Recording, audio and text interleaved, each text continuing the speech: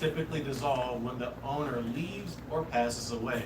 Now, from a legal perspective, C corporations provide the highest level of asset protection Your boy Money for Buddha. business owners. But from Drone- a tax perspective, Drone a C Buddha. corporation can save you more money in taxes when your corporate income tax FPV and Buddha. dividend tax is lower than your individual income tax. That doesn't make sense? Don't worry. I'm about to break this down for you. So remember, FPV all other Buddha, business Money entities Buddha, tax FPV 100% of your Buddha. business income according to your individual tax rate, which ranges from 10 to 37%. Now, the corporate income tax is only 21%, and you are taxed again on any dividends you take from your corporation. But the neat thing about dividends is that you can control Buddha. how much dividends you take from your C corporation. You can even take 0 dividends from your C corporation under certain circumstances. For example, if you plan to reinvest profits back into your business, you can forego dividends and avoid the second tax completely. But not only can you do that, you can also get your dividends to qualify for a lower tax rate. So normal dividends are taxed just like your individual income, which ranges from 10 to 37%. But qualified dividends can be taxed from 0 to 20%. For example, if you are married, you can pay 0% on up to $94,000 on your qualified dividends. Now, of course, there are rules on how you should go about all of this, and you need to be making a certain amount of income through your business to even consider something like this. I would say your business needs to be earning a bare minimum of $250,000 to $500,000 per year in income. $5,000, $100,000 Buddha. Consider using a C corporation to reduce your taxes. And even still, an S corporation may be more beneficial if you plan to take out a large portion of your business profits. If you want a more in-depth explanation on either one of these entities, just drop a comment for me below. And if you need immediate assistance, like right now, go to mycpa.com right now, Buddha, and apply to work with one of my CPAs today. Hello, my name is Adam Ferrari, These Chief fucking Executive screws, Officer bro. of Phoenix Energy.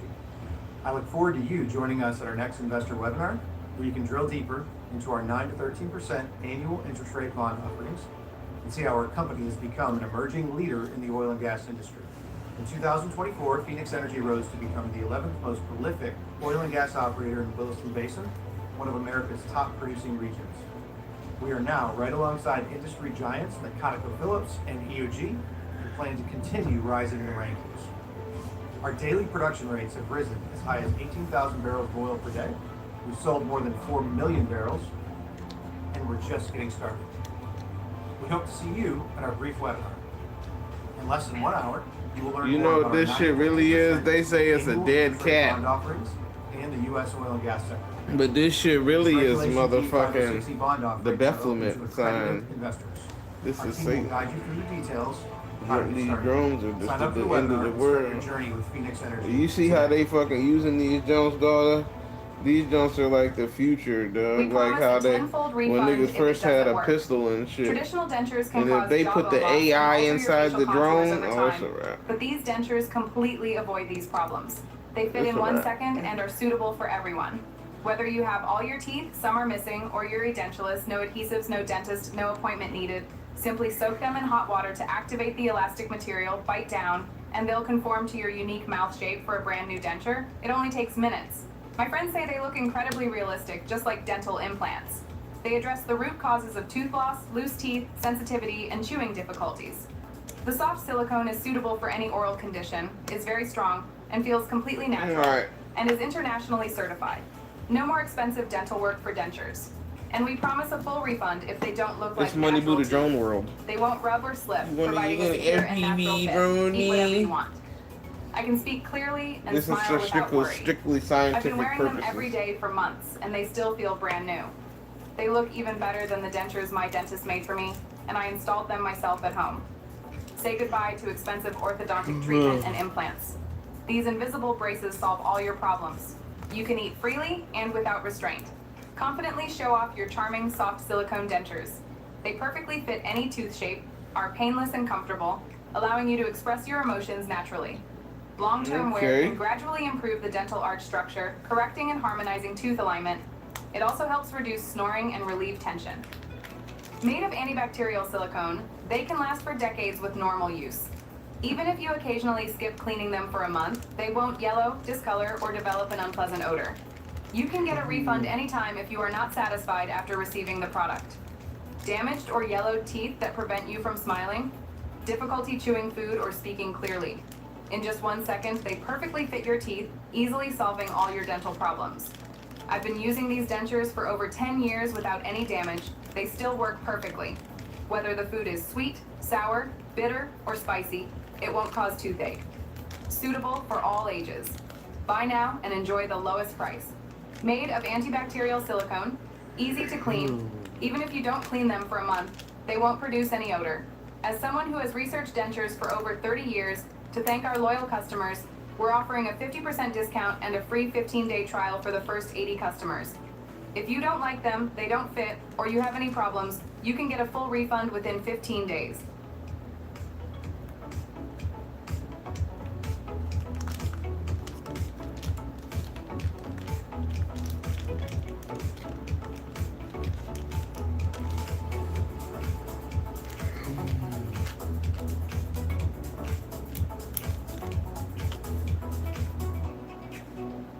Look at this motherfucking rinky dinky ass capacitor.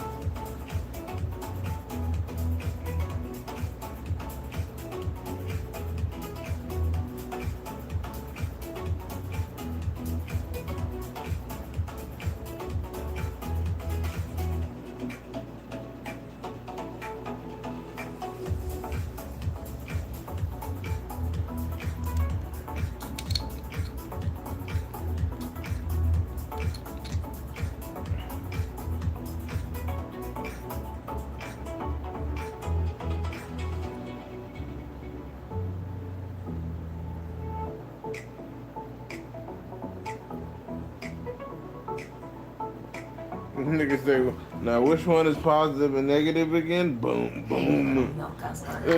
Mom's boob. Niggas looking at me, oh fuck no. Unhelpful guy can get her answers and help.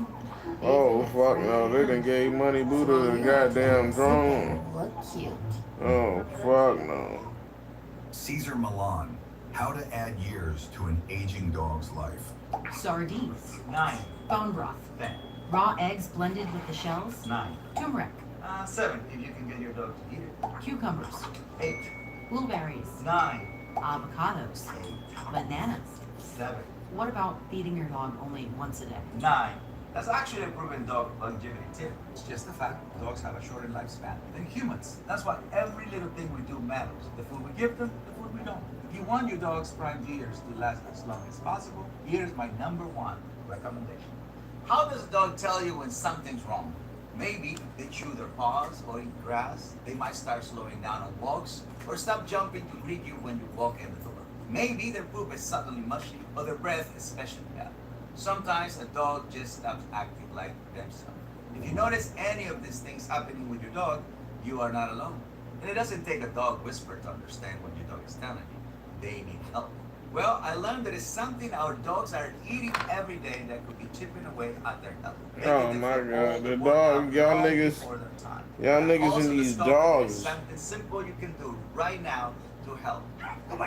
After working with thousands of dogs and some of the best canine health experts on the planet, I learned that you can turn a dog's health around. Actually, you can turn the whole life around with 2 easy steps. 1, add a few simple foods their bodies crave, but dogs rarely get. And 2, avoid certain foods that can slowly damage a dog's body.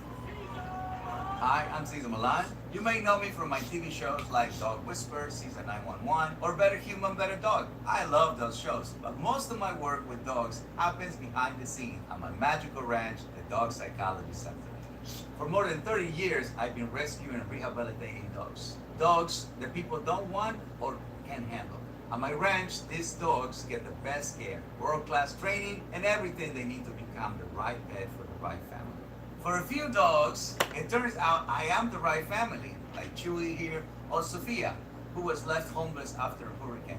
And now she's the heart and soul of my entire pack. People think I save dogs, but the truth is is the other way around. Dogs save me. Honestly, I believe the reason I was born is to help dogs. And that's why I make this video. It's my quick and easy guide to giving your dog exactly what they need, with a list of some of the very best and worst food for dogs, including 3 simple things most people have in their kitchen, but they just don't think about giving it to their dog. And one food a dog was just not meant to. Understanding dog psychology comes pretty easy for me, but there are other things about dogs that I had to learn the hard way. The hardest lesson of all came when Daddy, my TV co-star and dog of my life, got cancer. I took it to one vet after another, but they all said the same thing. Sorry, Caesar, there is nothing we can do. I feel hopeless until I found Dr. Marty Goldstein, one of the best holistic veterinarians in the world. I invited the man I trust with my dogs, Dr. Marty Goldstein. I have seen news stories showing Dr. Marty saving dogs with serious health problems. Even dogs other vets say should be put to sleep. They call them Marty's miracles. Under Dr. Marty's program, something amazing happened to Daddy. He got better. And he lived 6 more incredible years. Daddy was 16 when he died. For a pit bull with cancer, I think 16 counts as a miracle. Before Daddy, I never heard of a dog with cancer. Then I learned that it's actually an epidemic. In the US, cancer strikes 1 in every 3 dogs. And here's something else I found out. Modern dogs are dying younger than they did in the past.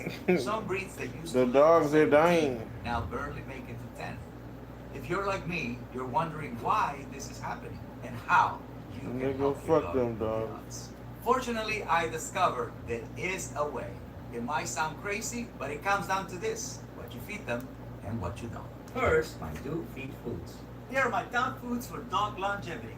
The first longevity food takes care of a dog's teeth. Cranberries. Most people know cranberries for treating bladder infections. These little red berries work the same way in both humans and dogs. They stop bacteria from clinging to the bladder wall. Cranberries can do the same thing for your dog's mouth because they can make it hard for bacteria to stick to a dog's teeth and gums. I know firsthand how bad teeth can ruin a good dog. I remember one family who was ready to give up their Chihuahua because he started attacking their grandmother. When I began working with him, I noticed that this little guy seemed to be in pain. So I took him to the vet, and it turned out his whole mouth was full of rotten teeth. He didn't need a behaviorist, he needed a dentist. As soon as the dog's pain was gone, so was his aggression. Dental health isn't just about avoiding pain or cavities. Clean teeth can actually add years to a dog's life. In fact, a study of more than 2 million dogs found that pups who receive regular dental cleanings live up to 2 years longer. If you ever try brushing your dog's teeth, you know it's not easy. That's where cranberries can help. The berries prevent plaque and tartar buildup, so your dog's teeth stay clean naturally. Just a few fresh or frozen cranberries after meals can go a long way in protecting your dog's teeth and promoting their longevity. The next longevity food rejuvenates your dog's gut: apples. Keeping their gut healthy is one of the most important things you can do for a dog because their gut affects every aspect of their health. Billions of bacteria make their home inside a dog's gut, some good, some bad, and things can easily get out of whack, causing chaos in your dog's body. Here's one way to tell when bad bacteria has taken over. You can smell it. Stinky gas, loose stools, foul breath, all signs that your dog's gut needs help. That's where apples come to the rescue. They're full of natural compounds that feed the good microbes and keep the bad ones in check. With a balanced gut, your dog's entire body runs better. Their digestion, energy level, even their mood. To get the benefits of apples, slice them up, but leave the skin on. That's where most of the good stuff is. If you have heard that apple seeds are toxic to dogs, Dog, are we it's listening true. to Only fucking- in gigantic amounts. Your dog will have to eat hundreds of whole apples for the seeds to cause harm. Now for the number 1 dog food to ditch, one that can do a lot of damage to dogs over time: kibble. Even the kind with the best ingredients. I know that's hard to believe because kibble is the most common dog food in the world. I fed my own dogs kibble for years. Same with everyone else I know. But when my dog Daddy got cancer and Dr. Marty blamed it on the kibble, I needed to understand what was the problem with dry dog food. So I did my own research and called on my network of canine health experts to get the facts. Now I want to share what I learned so you can make the best decision for your dog. So why is kibble so bad for dogs? It's not the ingredients, it's the heat. To make kibble last longer on the shelf, pet food companies blasted with extreme heat. These high temperatures create chemical byproducts called AGEs. AGEs make the food smell and taste great, but when they build up inside a dog's body, they can cause serious damage. Things like stiff joints, itchy skin, low energy, gut issues, and many other nasty health problems. Even worse, AGEs are linked to the #1 cause of death for dogs, cancer. Humans get AGEs too, in food like burnt toast or charred steak. But most dogs eat the same food every single day, week after week, year after year. So our pets get 100 times more of these harmful compounds than humans do. Here's another problem with extreme heat. It destroys a lot of the natural vitamins and nutrients in the food. So pet companies have to add them back in by spraying kibble with lab-made synthetic vitamins. But these lab-made vitamins are not easily absorbed, which means your dog's body struggles to actually use them. So even though they are eating food every day, they're being slowly starved of the real nutrients they need to thrive. Plus, most synthetic vitamins are made in foreign factories. And after all the news stories about contaminated pet food, I don't feel good feeding that stuff to any of my dogs. I had to find a different food for my pet. So I decided to start feeding them what Dr. Marty called his long life recipe for dogs. He said it was simple. It was something like take a pound of turkey, 1 salmon fillet, 1 turkey heart, a quarter pound of beef liver, a large sweet potato, 2 eggs, 1 chopped apple, and 1 cup of blueberries, a half a cup of cranberries, 8 leaves of spinach, and a tablespoon of flaxseed. Then Dr. Marty gave me a bunch of rules for his recipe. Number 1, all ingredients must be raw because that's how dogs eat in the wild. Number 2, don't skip organ meats because organ meats are the most nutrient-rich part of an animal. It is true, when wild dogs make a kill, the leader of the pack gets first choice, and they always go for the organs. And finally, measure every ingredient exactly. That's the only way to be sure your dog gets a complete balanced meal. The long life recipe was definitely not simple. Plus making it took all afternoon. But when I finally fed it to my dogs, the results were incredible. After just a few weeks, my senior dog Alfie was moving around like a champion. No signs of stiff joints. Kimchi had so much energy. He was practically sprinting on his daily walk. Sophia's coat became super thick and silky, and all of their boobs were so easy to pick up. Every one of my dogs seemed happier and all around more vital. Good girl! The recipe did the same thing for Dr. Marty's dogs. His golden retriever Daniel lived to 19 and a half years old. That's pretty impressive for any dog, but especially for a golden because they are one of the breeds that are dying earlier than they used to. What the fuck? No matter the ailment. They are one of the breeds that die before they used to. Exactly what they needed. If you ask me, our dogs are a living proof that swapping kibble with the long life recipe actually works. Yes! But there was just one problem with Dr. Marty's homemade food. Making it from scratch was so much work. Hours spent shopping, planning, prepping, slicing, measuring. Let's be honest, most people can't spend that much time making their dogs food. We have an entire team on my ranch and still it was a lot of work. But I remember Dr. Marty's warning, the way most commercial pet food is made with extreme heat is a big reason why so many dogs are dying before their time. So I saw no other choice. Until the day Dr. Marty called and said, he discovered a new way of making food for dogs, freeze-dried technology. He called it the biggest breakthrough in canine health in his lifetime. With freeze-drying, Dr. Marty could take all the superpower of raw food and turn it into dry nuggets. So now giving your dog fresh food could be as easy and convenient as kibble. I learned how it works. Negative is black and positive is Dr. Marty red. uses vacuum pressure and evaporation. There is Generally, no in high DC heat circuits, at all. red And no wires heat are positive means and no black wires are harmful negative. byproducts. Always So match none of red those to positive dangerous and black to AGEs. negative. Dr. Marty However, has been AC warning house the world wiring about uses black for hot, decades. and Plus, some boats or with RVs freeze-drying, might use the different food color stays schemes, raw, so which always check means the you labels. don't lose Oh any my of the God. longevity boosting power of the whole ingredients. Now, feeding my dogs only takes minutes a day, and every member of my pack loves the taste. The best part is, they're healthier than ever. Dr. Marty called this revolutionary food Nature's Blend, and he chose each ingredient inside this bag specifically for a dog's long life and good health. Nature's Blend contains 7 all-important raw proteins: turkey, beef, salmon, duck, and nutrient-rich organ meats. These proteins are the building blocks of virtually every part of a healthy dog. High-quality raw protein, just like dogs eat in the wild. Next, Dr. Marty added 9 health-enhancing fruits and vegetables, including blueberries and cranberries for the anti-aging benefits, carrots and sweet potatoes for good vision, and broccoli, kale, and spinach for whole body health, because dark leafy greens are some of the best disease-fighting, longevity-promoting foods on the planet. Then there are the extras, ingredients not found in most store-bought pet foods, not even in premium brands. Nature's Blend has pumpkin seeds for weight control, ginger for easy digestion, and flaxseed to help soothe achy joints, plus a lot more. Basically anything your dog needs to maximize their well-being, Nature's Blend has it. It all happens at Dr. Marty's cutting-edge commercial kitchen in Wisconsin. That's where all of the proteins, the nutrient-rich organs, the superfruits, the leafy greens are blended together in small batches. Then they're placed into state-of-the-art freeze dryers. The result? Clean, dry, tasty bites. Each nugget packed with the raw power of fresh, wholesome ingredients. Nothing is destroyed by high heat.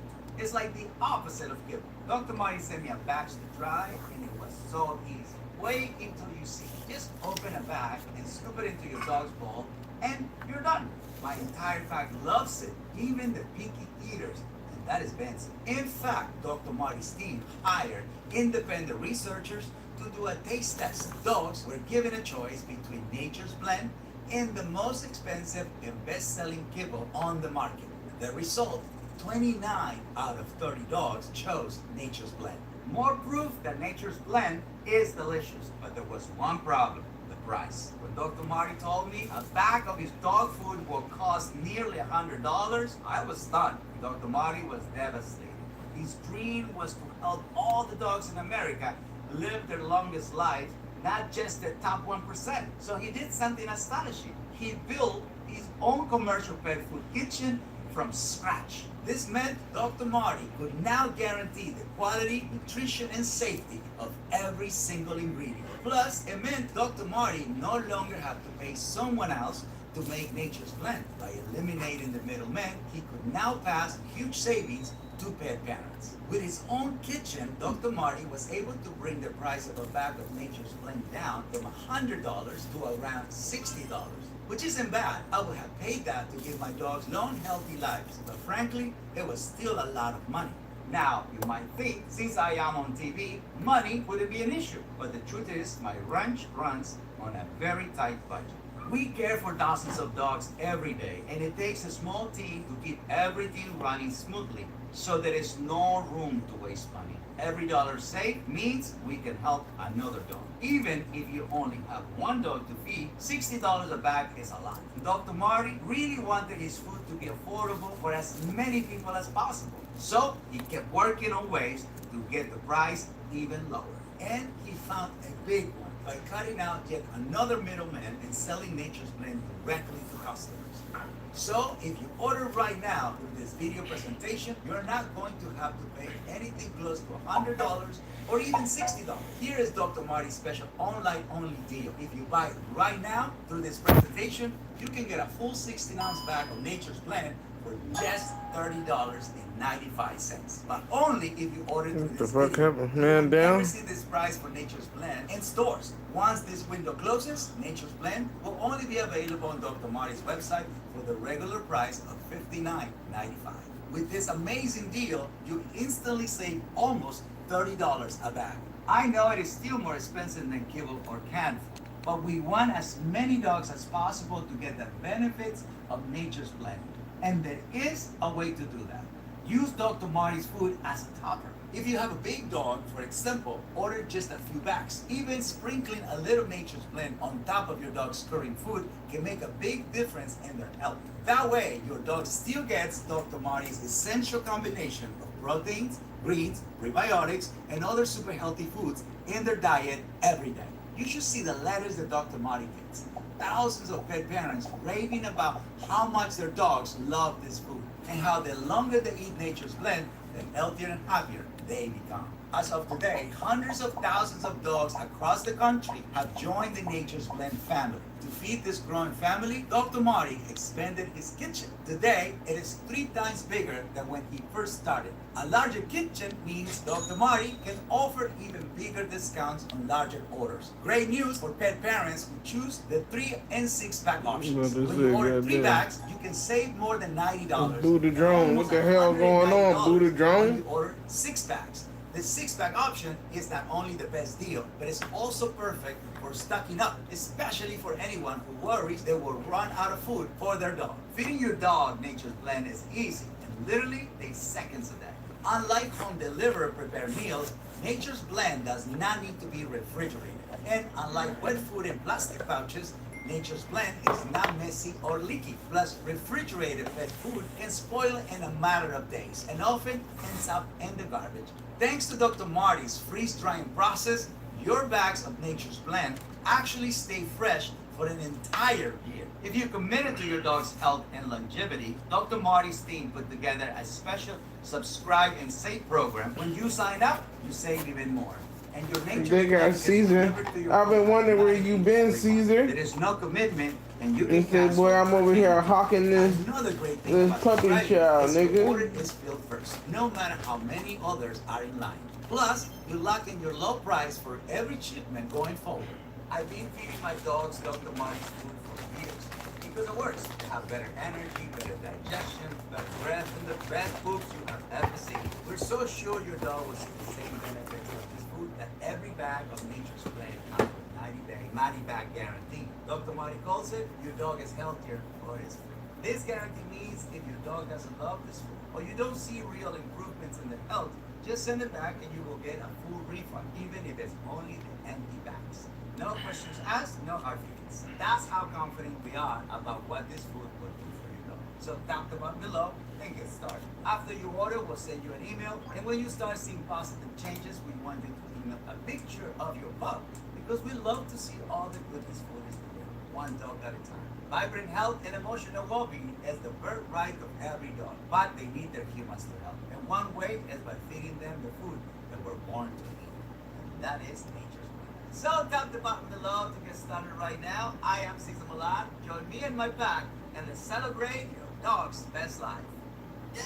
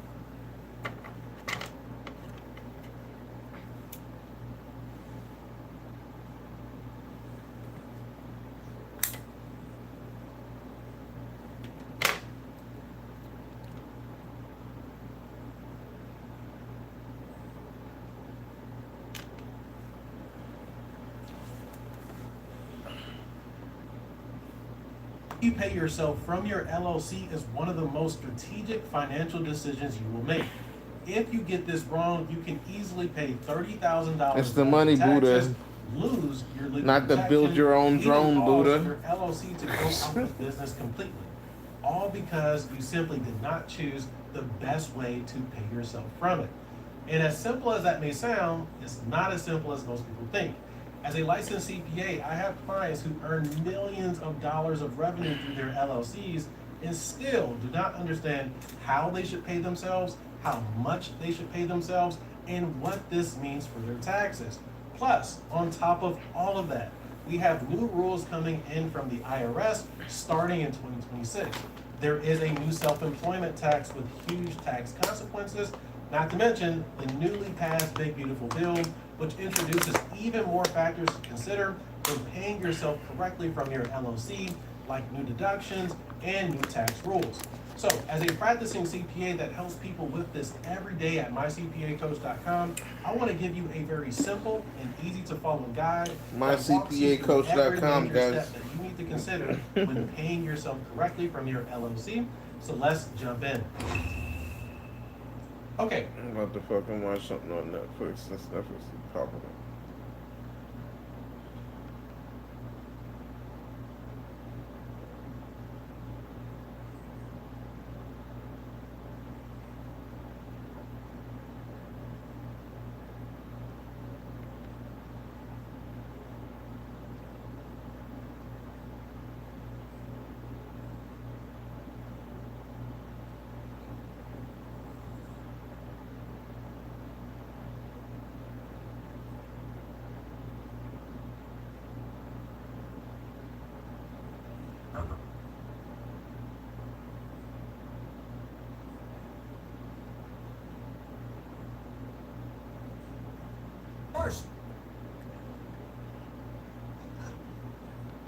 They didn't put Emerald back on TV. I knew they need Emerald. They need Emerald back. Emerald Agassi. Emerald got it. They straightened Emerald ass up. You know, I thought he was bigger than the program. Nothing beats Louisiana's unique blend of tradition and innovation. And at the heart of it all is here in New Orleans. New Orleans, baby! Where I set up my kitchen and cook my favorite meals for some of my very special guests. Together, we'll experience Louisiana through its people and the food they love to eat. Welcome, everybody, to Emerald Cooks.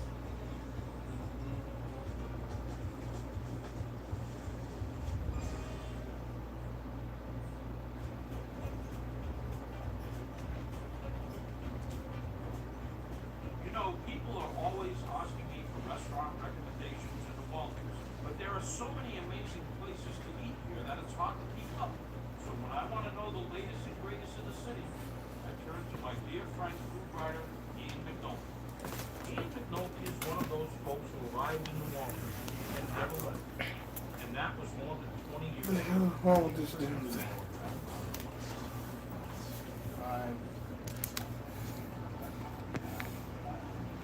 And I just realized that I was everything for a short period of time to try things out. I had this idea that I'd run away to Europe, have a great thing, this romantic notion of travel, writing. Those romantic notions soon led McNulty to a love affair with his newfound home. The Crescent City quickly stole his heart. So I came out here in 1999, fully fixed, just me for a year. I'm back, home after a year, all these great stories of New Orleans that I could trade on for the rest of back in New England. And that was my plan. But New Orleans had other plans. Turns out Mardi Gras happens every year. Jazz Fest happens every year. Seasons turn. You get through summer. Fall is exciting. You just fall in love with the culture. And it becomes your lifestyle. And you don't want to get off the carousel. And a big part of that cultural carousel is the food. And once in New Orleans, he found he was curious about it. He tasted it, loved it, and at the end, started writing about it. It's the way that the restaurant scene corresponds with culture. And it really can have its people, place, and history, all these things that have combined to make this place unique. The food is a direct cultural expression of that, and restaurants are a showcase for that. McNulty's food writing on NOLA.com, the Advocate newspaper, and his show on public radio has won him the respect of many of the city's celebrated chefs, including Frank Bryson, who's Bryson's restaurant is world famous for its Creole and Cajun cuisine. We've always been so fortunate here in New Orleans with a long line of really great food writers that understand the importance of the food in our culture. And Ed McNulty really carries that so beautifully because he speaks not only about the food, but the people that make the food, the people that serve the food, and everything that goes into the dining experience.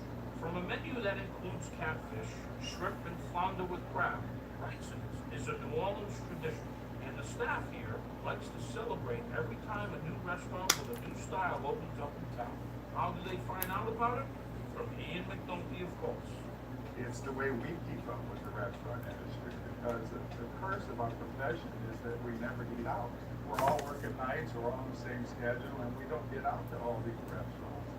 So we live vicariously through Ian as he writes these beautiful stories about a family that opened a restaurant over here and they're serving their family's recipe or whatever it might be.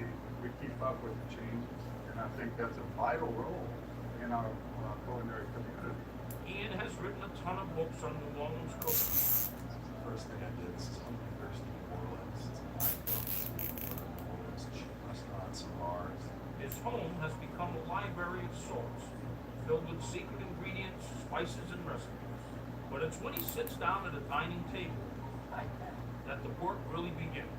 I'm gonna go with some Bryson classics. We'll start with, let's get the barbecue shrimp collard. Perhaps that's where the real satisfaction comes in. Ian is sampling the food and reviewing the restaurant, but he's doing it for all of us. Whether you're a local or a visitor, everyone can enjoy the unique flavor of this town.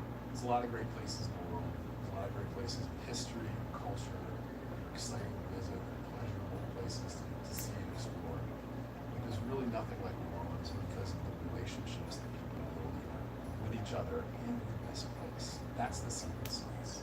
It's the way that people interact with each other because of this place. Now, you would think folks would be a little wary of a critic coming in for a meal, but the staff at each restaurant is on it and extra happy to see you. They want to share their flavors. They want to share their discoveries, their explorations, the new things that they thought up or come up with. And that makes for just interesting people, interesting interactions. There's always a person behind the food story. It's not just about the food. It's about the personalities, the people, the families, the way that it helps you. That's what I try to do. That's what's Ian's become a bit of a cook himself over the years. So today, we're going to get down and spend some time together over the stove.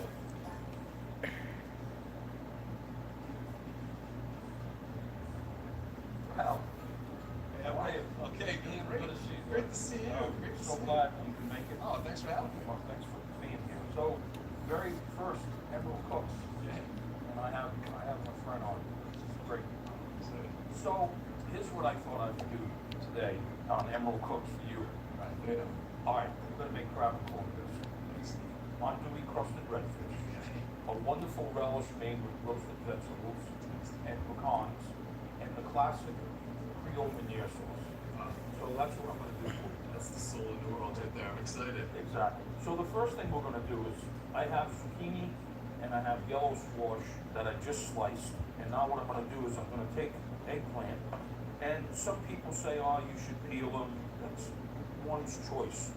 Just gonna do like half-inch slices of the eggplant. And then what we're gonna do now is put them on our baking sheet. We're gonna take some olive oil, use an extra virgin. I have the oven on about 400 degrees. And our first step, what we're gonna do is we're gonna season it with salt and some pepper. So we're gonna put these in for about 10, 14 minutes. So we're gonna roast them, we're gonna let them cool, and we're gonna dice them up to sort of make our relish. It never ceases to amaze me, Emerald, how the end result often starts with just the simplest ingredients. Yeah. A little salt, a little pepper, a little olive oil. Yeah, you know, I try to tell the young cooks, it doesn't have to be expensive, and it doesn't have to be complicated. All right, what we're gonna do now, I'm gonna go first on like medium low heat. I'm gonna just take an ear of corn, take the silk off, And emerald tip. Yeah, and then what we're gonna do is take the corn right off the cob. Now, you see, I have this little towel trick here, folks, because now the corn doesn't go all over the place, Yeah. right? Like if we didn't have it, yeah, exactly. So we're gonna take a little bit of onion. This is a half onion here, so put that back in here. And then the other ingredients I have got some red bell pepper, some green bell pepper. I have a little bit of celery, garlic, of course. Oh, Chef, you're talking about Trinity. Yes, the Trinity is right. Okay, Only in Louisiana. Yes. How many dishes do you think start with the Holy Trinity? Just that Just celery, about, yep. onion, okay. Just about all the dishes that you do in Louisiana and New Orleans starts with the Trinity. All right, we're gonna start in our pot now with a little bit of butter. And what we're gonna do, folks, is we're gonna begin by making a roux. Okay, here's another New Orleans expression, right? First, make a roux That's right. before you do anything else. So true. So true. With the crab being so delicate, I'm using butter today. If I was making like a chicken sausage gumbo or a duck gumbo, I would use oil. So I can really get it brown. This I'm not trying to cook so much so brown, other than I'm just trying to cook the flour out of it. Now, speaking of that, you can see that I have the Trinity here. And what I'm gonna do is I'm gonna add that now to our roux. The celery, the bell pepper. Here comes the onion. And now, if you're doing this, it's kind of like building a house. So we're gonna start with white pepper. And of course, salt. So you wanna season it. And then as it begins to start cooking, you come back and re-season it. And the problem that people have when they're cooking at home, they wait until the end to season it. Then it's too late, it's already cooked.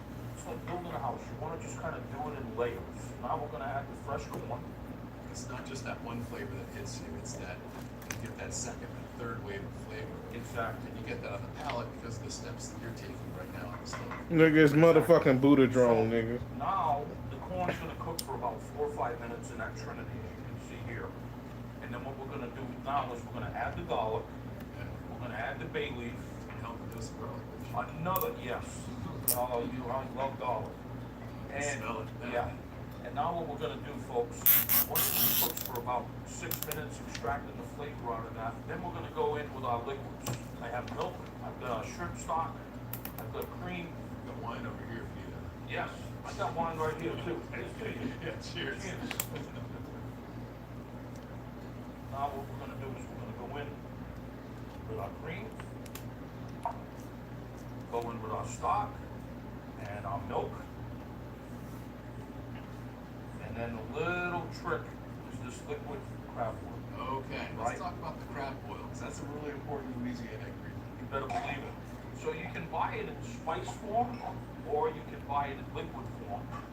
I just assume for this kind of preparation, go in for the liquid form. Comes in either a small or large bottle. You can get it in just about any grocery store, particularly in New Orleans. And what we're gonna do, folks, is this now. A couple things.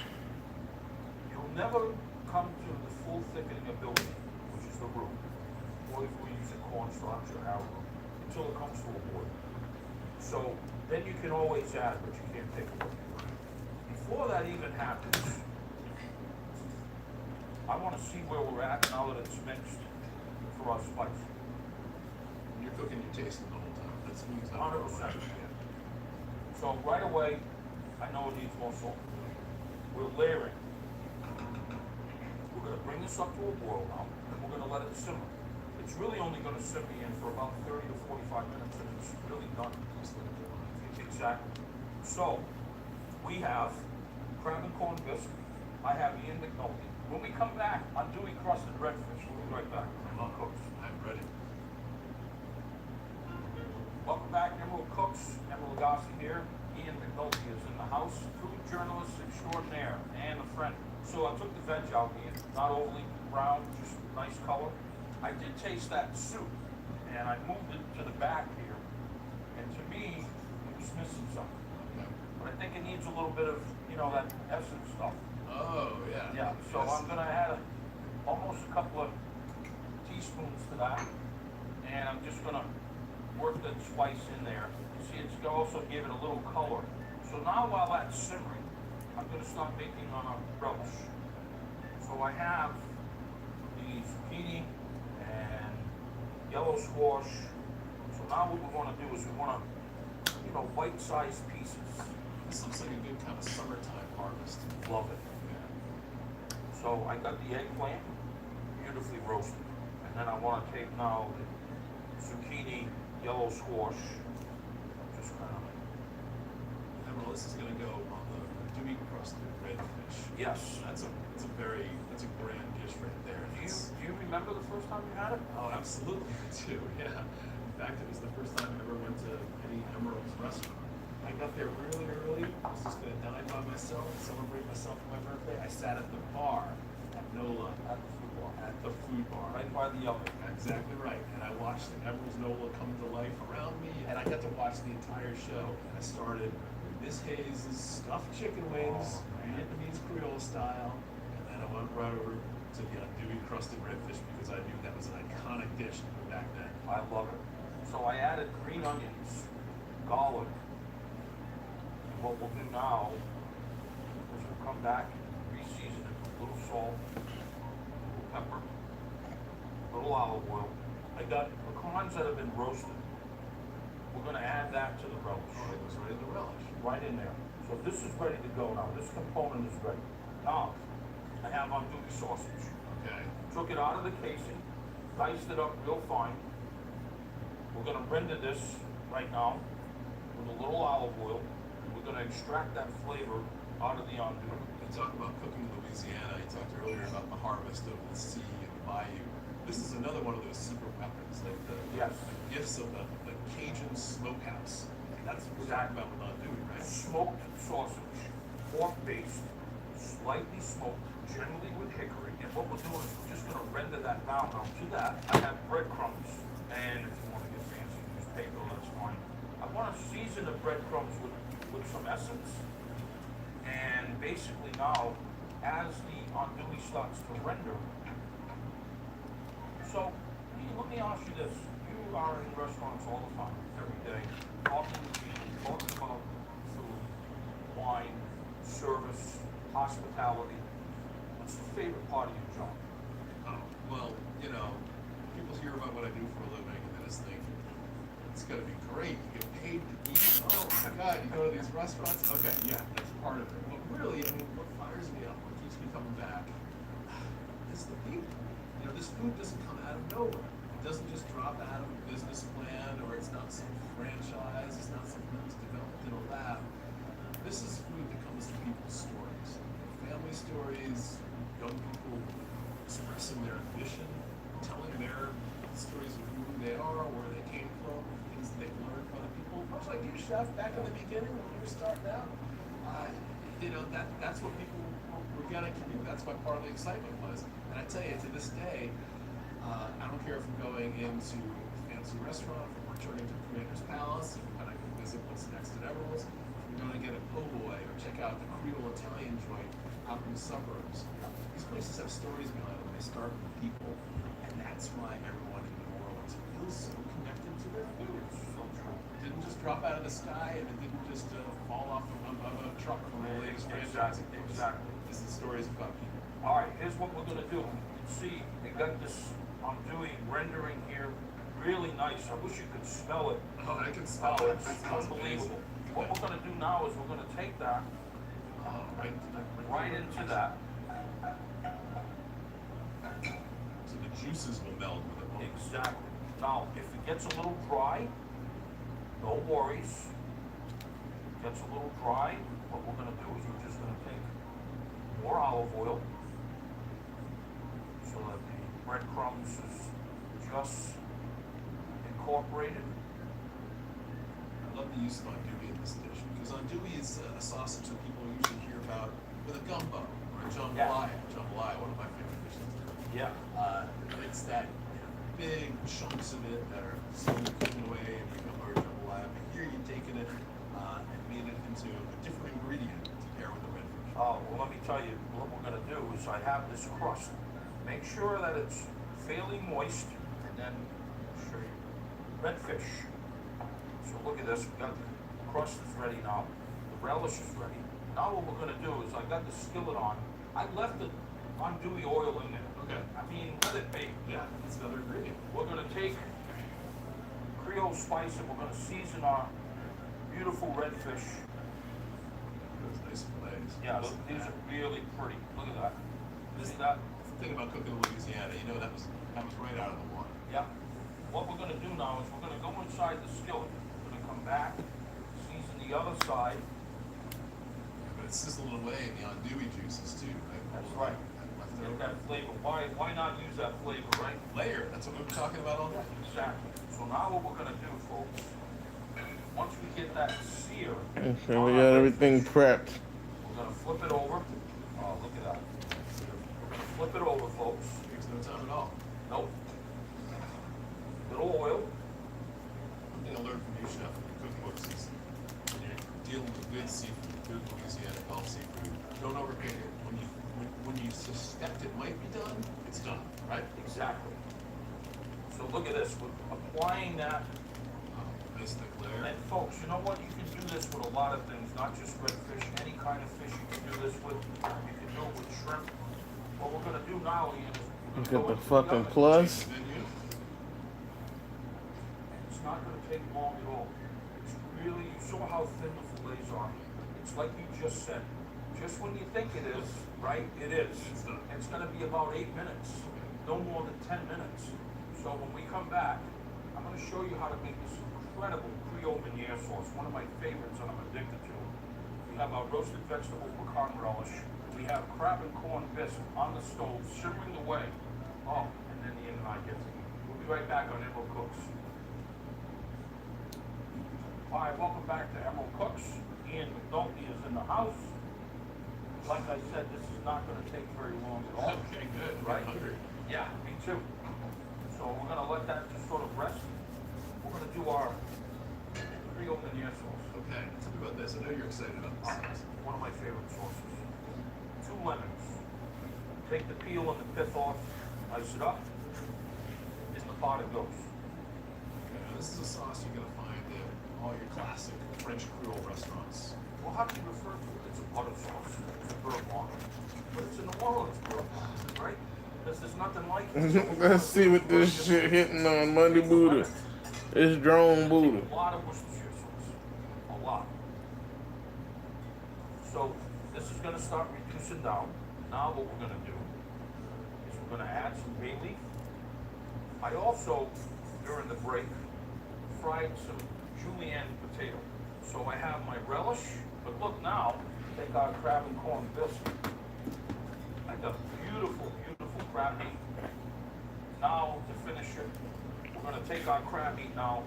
Avalanche of crab meat. Yep, add it in there. Take some of our green onion, add that in there, and just fold the crab, because the crab's already cooked. Don't want to overdo it. Don't want to overdo it. So, when you're ready, I'm gonna take a nice bit of that crab and corn bisque. Garnish it, a little bit of chives, a little bit of green onion. Is that ready to go? That's ready to go. Right. Chef looks like he's grabbing the lifted weights. No, muscular. It's so good. No. There it is. It's a summer Louisiana flavor right there. It's also hearty, rich. I can taste that essence you put in there. It gives it that zest. Just give it a little pop, right? Right, running around in between the richness of the cream.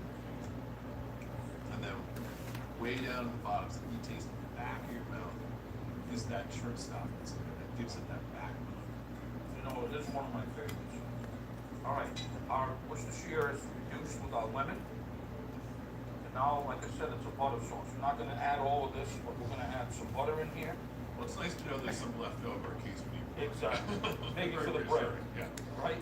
Now, when you're doing this butter sauce, folks, a couple things. You wanna be sure that you don't come to a boil with this, because you don't want it to break. So you can see I'm turning the heat off now, whisking that butter in. All right, we got our Creole Meunier sauce. It's time to plate. Little bottom of Creole Meunier. We're gonna add a little bit of that relish right to the bottom in the center of the plate. pecan, such an important ingredient in Louisiana too. Oh, now what we're gonna do is our redfish right there. Thick crust.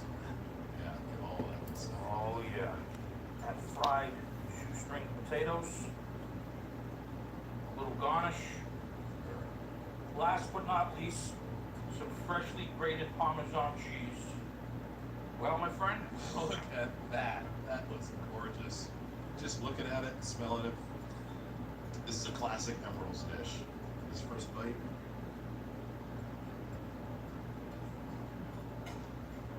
That's a dish that just sings of Louisiana, chef. This is a dish that keeps on getting better as you eat it. The first bite is great. The last bite is going to be irresistible because it's all combined on your palate and your plate. my friend, it was great having you. Cheers, Emerald. On duty crusted redfish. I gotta have this every day. Cheers. Cheers. Well, that's it. That'll do it today for Emerald Cooks. We'll see you next time with more fun. So, for your next dinner party, step up your game with New Orleans seafood like crab bisque and andouille crusted redfish will impress even the toughest critics.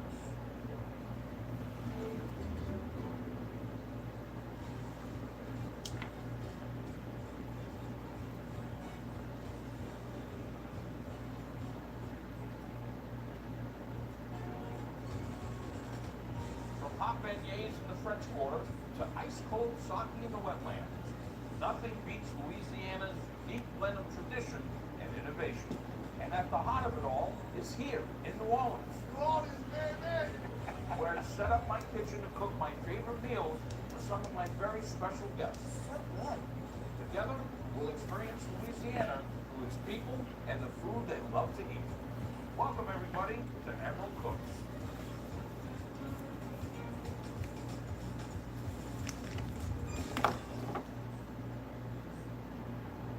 Some call New Orleans the birthplace of jazz. Walk through any neighborhood, and you may hear strains of its distinct swing and syncopation. And one of the most interesting musicians playing today is one of my oldest friends, Kermit Ruffins.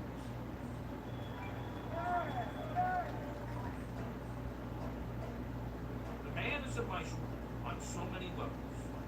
Not only does Kermit Ruffins pack them in to listen to his music, he feeds everybody too. Normally I make gravy in all my shows. Sometimes I do turkey necks. I love the spicy oil. People are getting lazy and don't want to chop up their own ingredients. Onion, bell peppers, a little bit of everything in it. Delicious. You broil them just like crawfish. And it feeds a lot of people.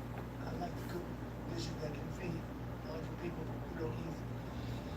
But this is where the musical master is in his real element, because Kermit is a jazz legend in these parts. And his lounge in Tremaine is a real treat for locals and visitors alike. It's called the Mother-in-Law, named after R&B legend Ernie Cato's 1961 hit single.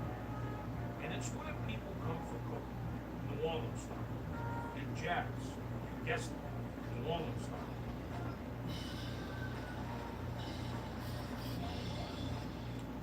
Well, I think New Orleans is the birthplace of jazz. The only true American art form is jazz. We just kind of live this music. I mean, we eat, sleep, drink this music 24 hours a day. You can probably hear a band in New Orleans. Kermit came by his love of everything New Orleans quite naturally. He was born into it. His roots run deep, and that includes a respect for family and tradition. I love the way we grew up here. Backyard barbecues. It's always getting ready, preparing for some kind of meal.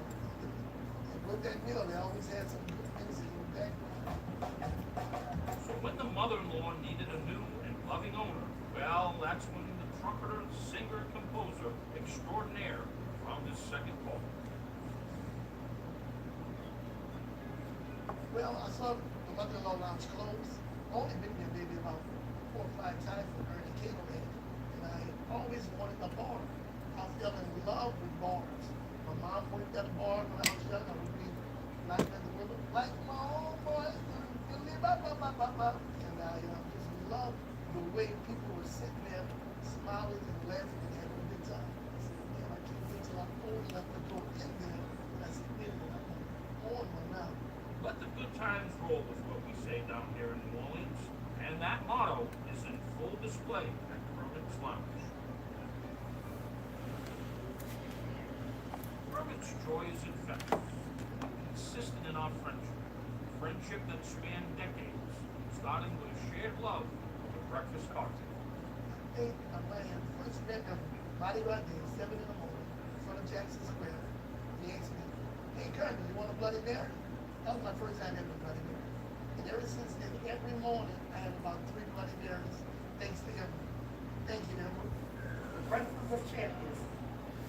Friendships born, celebrating New Orleans, and celebrating all the great things the city has to offer, food-wise and music-wise. I would definitely have to say Louis Armstrong was one of my biggest inspirations. I mean, when I first heard him play, it was on a jukebox, and I was about 19 years old, and I just pressed "When You're Smiling," and I was hooked. I just started listening to everything he stood for, everything he recorded, all the videos, black and white videos. He's brought all of that history to the motherland. Welcome to the Mother-in-Law Lounge, all aboard. Not much has changed since the days of the jazz greats, and it's all preserved for folks to come and live it for themselves.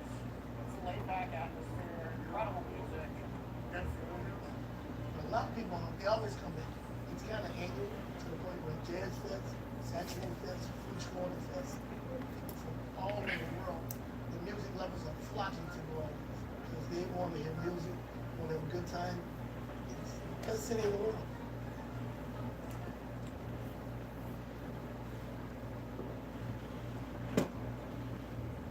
Oh, there's my man. There's my man. How you doing? See you, brother. How you doing? Thanks for having me. Thanks for coming. Smells good here. Have a seat. I see you brought your own Bloody Mary with you. I love that. Thanks to you. Thanks to me. What does that mean? You started me off with Bloody Marys. Years ago, we played Jackson Square for Mardi Gras Day, and you just walked up and said, "Here you go." Ever since then, I've been drinking Bloody Marys every day.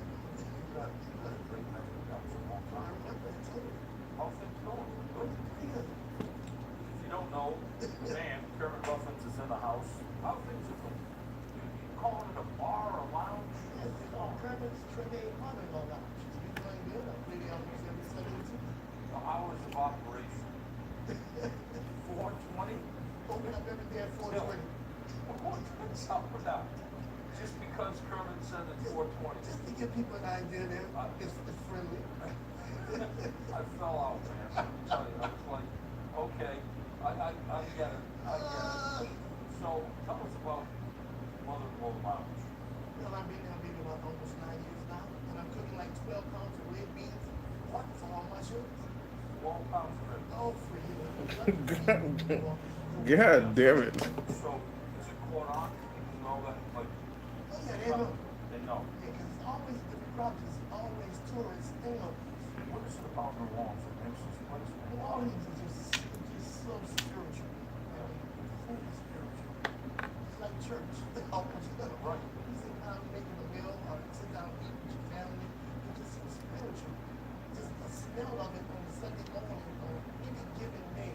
Your mom in that kitchen is still baby smell of the herbs cooking. Yeah. It's the best feeling in the world, so we want to always go back to it as much as possible.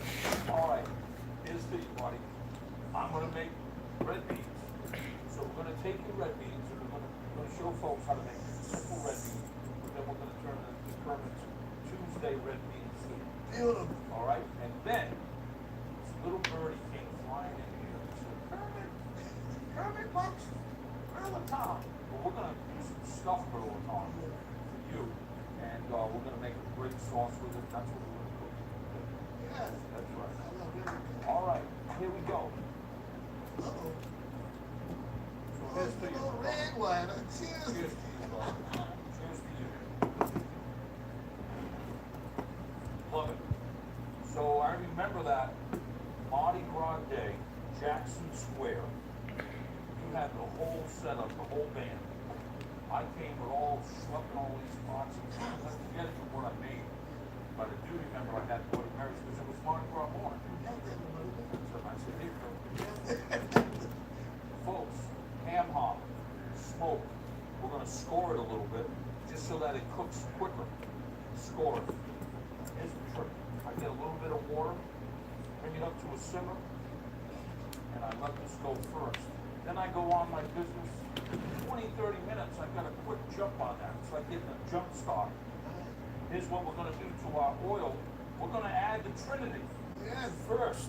The Trinity, you might be saying, is only in Louisiana. That would be onions, bell pepper, and celery. Only in Louisiana. Everywhere else in the world, they have a mirepoix, which is carrot, celery, and onions. We use that too. But Trinity is in Louisiana, baby. And basically, we're gonna start bringing that up now with the temp. And now I'm gonna add a little bit of cayenne, which is gonna be the heat. Oh yeah. A little bit of thyme. Some salt. Because our cooking here in Louisiana, folks, it's about layering of flavors. Kevin will tell you, like his music. Oh yeah. So now, I got a lot of garlic. I got bay leaves. I soaked these red beans overnight, then I drained them.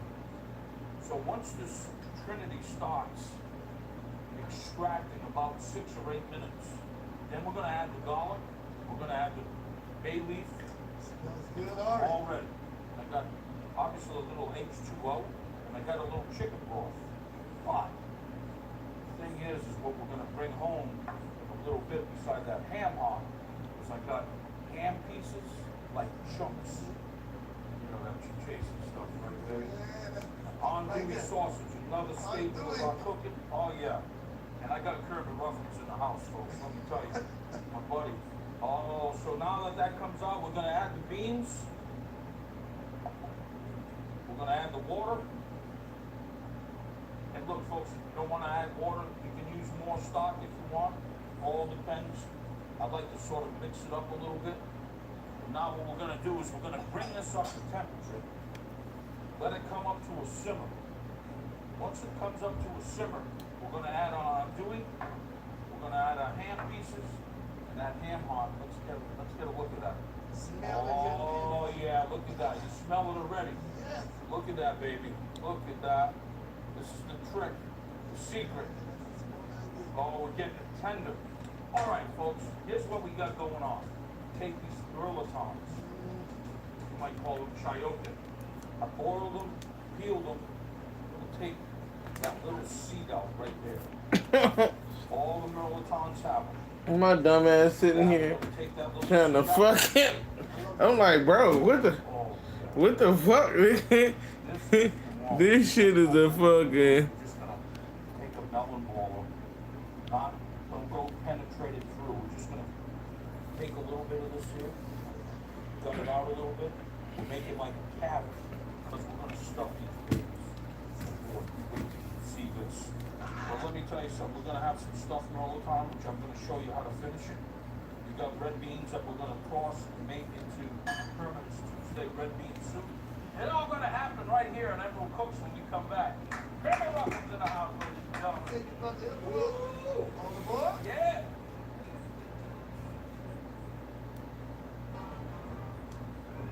Hey, welcome back to Emerald Cooks. Kermit Ruffins in the house, ladies and gentlemen. Not only a dear friend, but an incredible musician. My man Kermit cooks up a song. He makes red beans at least twice a week. Now, this looks like a lot of ingredients. There's a lot of ingredients. Trust me, folks, this is worth every moment of it. Usually, I start with a little bit of oil. We're gonna start with Trinity. And we're gonna add that onion, celery, and I'm using a little fancy red bell pepper. Just like I was saying earlier, what we're gonna do is we wanna get that layer of seasoning going. So what we're gonna do is we're gonna have salt, pepper. Oh yeah, baby. Get that, It smells good. get that first layer going. Get that layer going. While that's going on, for the Kermit's Tuesday red bean soup, I'm starting first taking chorizo, Spanish sausage, Portuguese sausage. Oh yeah. Just break it up a little bit instead of just andouille. So we're starting with that chorizo first. Coming back over here. got that Trinity going on. Now watch this, folks. Here comes some butter. Oh yeah. So now we're gonna get that butter going in here. Woo. I'll tell you right now, you should smell it. We're going in now with the aromatics. We've got a bay leaf. Woo. Garlic. Come on, baby. You gotta have garlic. You gotta have garlic. You got a little bit of thyme. We all need a little bit more time. So we have thyme. We've got some cayenne pepper. That's what's going to just take it up a notch. Now we're going to go in with the ham pieces. Take a fresh lemon like that, and you're just going to give it a little zest like that, or a lot of zest. Oh, look at that. A little goes a long way. So now when the ham pieces start cooking, folks, and the butter, oh, it's getting just so nice, melting down. Then we go, then we come over here and we're gonna take our chorizo a little bit. So lightly smoked, highly seasoned sausage. That red color that you see, that's from the paprika, the smoked paprika coming out of that. Smells like New Orleans. Oh, baby. It smells like Kermit's Tuesday red bean soup, baby. So look at that, folks. Now what we're going to do is this. We're going to add the breadcrumb. Let it get a little bit moist. If it's not moist enough, you can always add a little bit of butter. Okay, but this is looking so good. We're going to take our shrimp. We're going to season it. I don't know where you get your shrimp. Where I get my shrimp, they don't come seasoned. We're going to take our gratin that we had. We're going to just give it a little chop, like this. See, it's cooked because we already boiled them. So we just want to give it a little rough chop like this. And basically, it's right back into the bowl, like such. And you know where that's going, right? That's going right in here, baby. Look at that, right in the skillet. Get the pieces of gratin in there now. The moisture is gonna come right out of it. Breadcrumbs are coming together. So here's what we're gonna do now. We're gonna add a little essence, you know, that bam stuff. And then watch this, folks. A little bit more of the lemon zest. Fresh parsley. Shrimp go in next. And what we're gonna do, we're gonna turn the heat off because the shrimp are gonna cook in no time at all. Now we're gonna add the crab meat. We're gonna add some of that Parmesan cheese. Ooh. Right? Look, and we're just gonna fold this all in and turn the heat off. We're gonna let it cool a little bit. Look at that. So now we're going back to Kermit's Tuesday red bean soup. Oh, baby. All right, so now here we go in with the onion, bell pepper. That'd be the Trinity, baby. We're going in with the celery. We're gonna pick it up a little bit. Got some oregano, jalapeno. Oh, baby, that's the heat coming up. Ta-da, ta-da. Ta-da, pop. All right. So we're gonna let this cook a little bit. Salt. You got cayenne in there? You got the chorizo in there, that's for sure. A little bit of pepper. Alright, folks, and this is how, look at this. This Trinity starts working like this. In goes the bay leaf, some cilantro. In goes the tomato. Yes. Then we work that all that in there. See all those flavors and what you can. Bro, what the fuck? Now, Kermit's red beans, we're going in with that. Yeah. Oh, baby. I see where you're going with Oh, this. yeah. Now watch. Close this down. Gotta have stock, baby. So making the soup. Feel that, baby? Smell that? Feel it? Yes. So look at that. We're gonna bring this up to temperature. Let it simmer away. Our mirliton stuffing. Check it out. Go over here. Get one and we stuff them just like that. They go on the old tray. Now these are gonna go inside of a skillet. And then in the skillet, they're going in the oven. But Ah. before we do that, we're gonna top them with a little bit of Yes. breadcrumbs, a little Parmesan cheese. We're gonna stuff them all. They're all gonna go in the skillet, and then we're gonna bake them. And when we come back, wait till you see what's happening here. Kermit Ruffins in the house. We'll be right back on Emerald Cooks. Hey, yeah, bro. Yay! All aboard. Oh!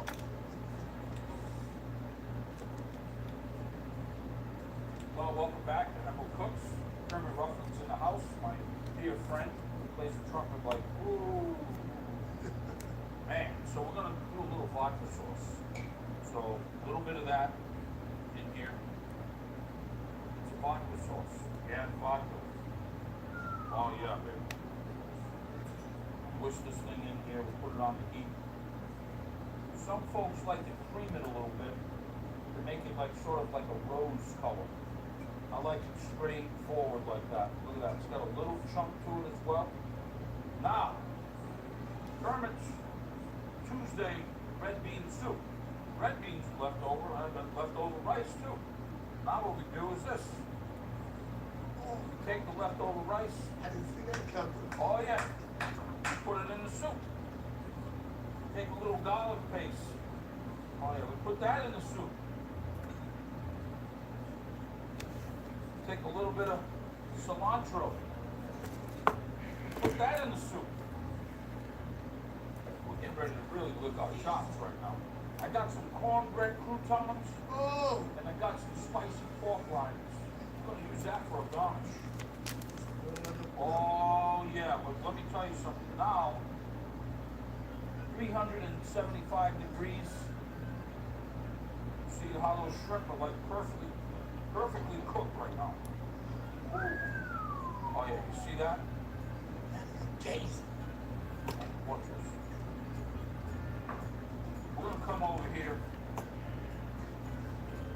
And we're gonna take Kermit's Tuesday red bean soup. We're gonna garnish it with a couple cornbread croutons. Bam. Yeah, a pork rind and a little bit of pasta. I wish everybody could taste Oh this. man, let me tell you something. I'm coming in for Kermit's Tuesday. Oh yeah. Again, a little garnish of cornbread crouton, a little pork rind, and maybe a little parsley like that. Oh, look at that. Huh? Then I'm coming over. I'm taking that vodka sauce. Taking that vodka sauce and going right on the plate like that. And then just sort of drive this base, just kind of, you know what I'm saying, baby? Then you come in for a mirliton, stuffed mirliton, we just kind of do that. Coming to you, baby. Right here. Ready? Beautiful. We're getting ready to throw down right now. I already started. Oh yeah, you already started? How is it? Delicious. It's the best change in pace ever. You know, we get stuck on doing regular stuff all the time. Yeah. You know, fried fish, fried shrimp, whatever. But nothing like something that's just totally different that you haven't had in years. Probably never. I don't know about you, baby, but I'm going for a bite of mirliton. Following your lead. This is delicious. That soup is so good. It really is. Feels like a holiday. Everything is a holiday. In New Orleans. That's right. That mirliton. Bang. Oh. It's unbelievable, isn't it? It's life changing. When you eat something good, and it's trying to suck you in, so you can have another bite. Right. It's like going, right? That's what's happening here. It's sucking me in. for another bite. Brother told us so tender.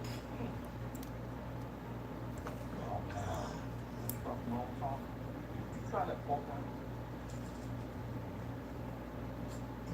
You know what? The best idea ever. I'm gonna put a dozen pork rinds under my pillow. So when I'm sleeping at night, Give me that crunch. every now and then, Don't make me laugh. just go in for another one, baby. So here's the great food, great friends, great music, baby. Cheers. New Orleans, baby. Yeah, baby. Woo. Indulge in some delicious stuffed shrimp and red bean soup. And to make it a real New Orleans party, be sure to play some Kermit Ruffins.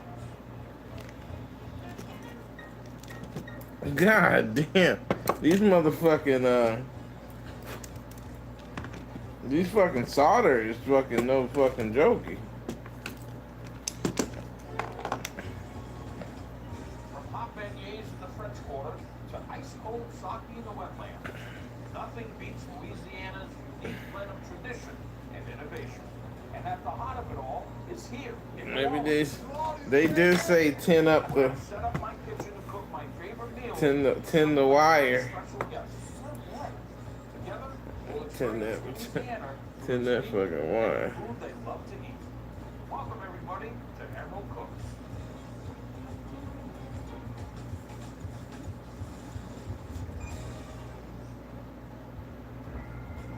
New Orleans is proud of its diverse food scene, and one of the most vibrant comes from the Vietnamese community, thanks to great cooks like my dear friend Bo Win. Okay.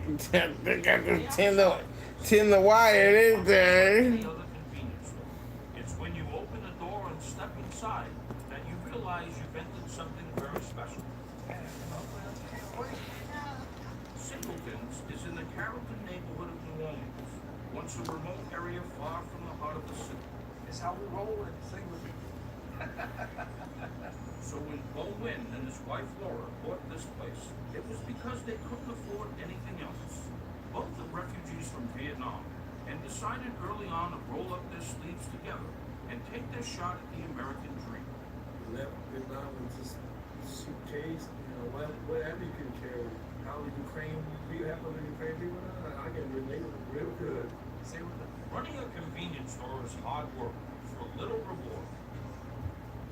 But they kept at it, putting in long hours, often cooking and eating their meals in the little back kitchen. Now I got prep for dinner. The delicious smells of Vietnamese home cooking soon piquing the curiosity of their customers. Many started to ask, what's cooking back there? And can they have a taste? That's when Bo discovered another way to earn money for his family. We don't carry no more grocery, concentrate solely on food. Hot food, way to go. Make good money. Soon the couple was attracting folks from all over, selling out Vietnamese banh mi sandwiches alongside local favorites like shrimp boulettes. Then they added the classic beef FALLOW to the menu. These are the beef bone that we use for to cook the pho broth. A big bowl of Vietnamese soup filled with aromatic broth, meat, fresh vegetables. Customers started coming back for more, and they told their friends too. I started coming like 7 or 8 years ago, and food is so good. It doesn't matter, where you at, you have a good part of it, you'll come. Word spread, free advertising, word of mouth. Things have not always been so easy here in the Big Easy. Winds have seen and endured a lot. I stayed there for 15 days after the treatment. Captain Bo never leaves. I'm received with the ship. From that dock, this came change. Instead of being one of the many endangered corn stores in town, Singleton's Mini Mart thrives because of the great food and hospitality. Customers are considered friends. Well, I don't drink in the morning. Only I'm on vacation, right? We've been here 22 years now. People eating food and go, that's really good. Feel proud, feel good. Trying to reflect it as much as we can. And that means sourcing ingredients of the highest quality. This is my little oasis. Ever the perfectionist, Bo has taken to growing his own herbs and peppers out back. all Vietnamese mint that we use for cooking, for vermicelli, for pho, yeah, Thai basil. So, has all the hard work paid off? Well, the Winds have put 5 kids through college and often babysit grandkids while working during the day. Babysitting the kids for free. I'm just joking. What do you want? Food is family, and family is food. They all gather together to eat at the end of the day.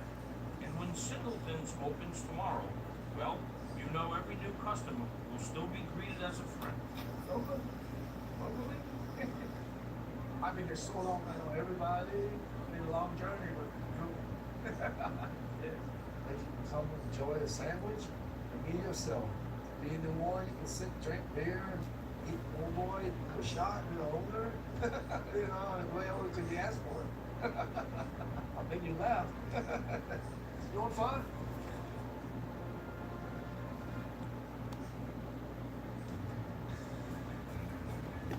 Oh, good evening, sir. How are you? Fine, sir. How are you? It's such a pleasure to have you. Win is in the house. Please have a seat. Make yourself at home. You got your little beverage? Yeah. Thank you very much. So, before we get started here and get cooking, why don't you tell the folks at home a little bit about yourself? You came from Vietnam. Yes, it got here in 1975. Okay. Straight out refugee camp, and we moved to Gulf Breeze, Florida. I just sit, do nothing, drinking course wine all day on the beach. Yeah. But you're having something different. Oh, old fashioned. Old fashioned. Tell me about Singleton's Mini Mart. You opened with your wife. Yes. So when did you meet Laura? So I was in college in Florida. I came down here for Thanksgiving holiday. Okay. There was a large Vietnamese population in New Orleans, before the trip down. So I just went down there and that's how I met her in 1982. So she came from Vietnam as well. Correct. Singleton's Mini Mart. You opened it up. It's really a convenience store. Correct. So then you got into food. Well, we realized 12, 14 hours a day and selling beer, cigarette, and all that. By the end of the month, you go, man, it's not worth my time. I realized it's hot food. Hot food. God, food. The markup on hot food is 67%. Right. So that's what happens. So what kind of food do you do? So right now we have food, American menu, po' boy, and we have special every day. And I have Vietnamese menu too. Yeah. And on Saturday we offer pho. Saturday is the magic day. Yeah. Pho. Pho. Am I saying that right? That's a pho. But people come for the food. Particularly on Saturdays, they come for the pho. And I knew you were coming on the show. What I decided to do for you today, I'm going to make you a pho with beef brisket. My sort of American way of doing this classic Vietnamese dish, which I absolutely love. I eat pho twice a week. I do. It is something that makes me really happy. And I think it's because of the spices. We're going to show people that. And then I'm going to make you sort of a Viet-style curried shrimp with cellophane noodles. So we're going to have some fun making a little bit of curry as well, which I love. You ready? Yeah, I'm ready. All right. What I wanted to show folks at home is these beef bones. And you can see this one right here. There's no marrow. Yeah, it's in my tummy. So you want to blanch these first, okay? You can use knuckles, you can do whatever. And I'm putting this in a slow cooker. What we're going to do now is we're going to just season the brisket with a little bit of salt. And I like that fat that's on there. I trimmed it up a little bit, but I do like some of the fat for the flavor. And what we're going to do now is we're going to come and take the brisket. It's about 2 pounds. And we're going to start searing it. We're going to season the other side of the brisket, salt and pepper. No oil yet. So you can see it's pretty dry, right? And then what I'm eventually going to do is I'm going to just then put light oil. Now, I have an onion, carrot, garlic, ginger. But the spices, the aromatics, that's what's really key. And I'm going to show you what's key.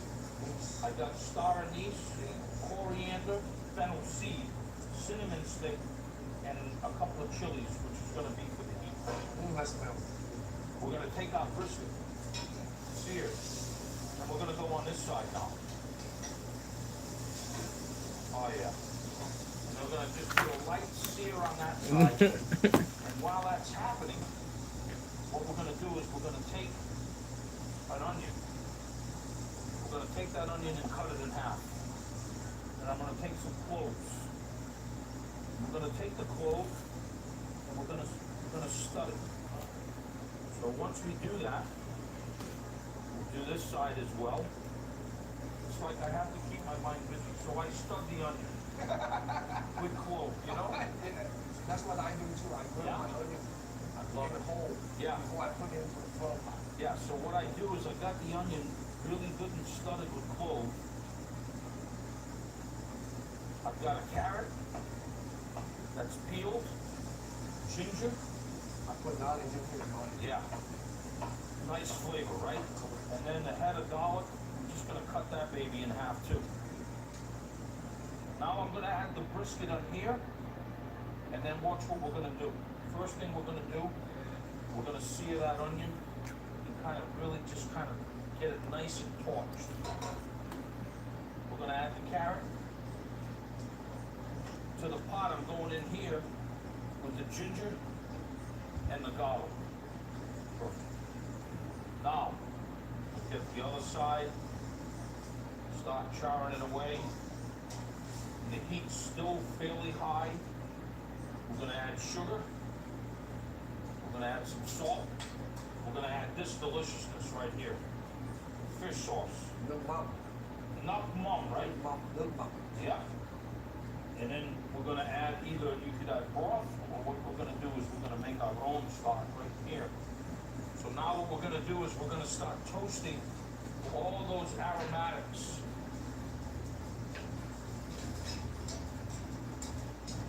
And once they get toasted, not burned, we go inside the pot with all the spices and all the deliciousness. We got it all cranked up, baby. Now what we're gonna do is we're gonna take it, and we're gonna come right here to our slow cooker. We're gonna add the lid. We're gonna turn it on high, 6 hours. Slow cooks away, and it is gonna be so tasty. Well, you're gonna be the judge of that. So I'm with my friend here from Singleton's Mini Mart. Don't touch that dial, we'll be right back, because we got some more treats coming up.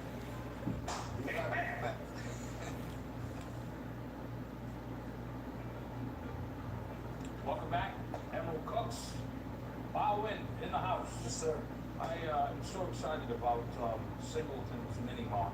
You actually start the farm on Friday.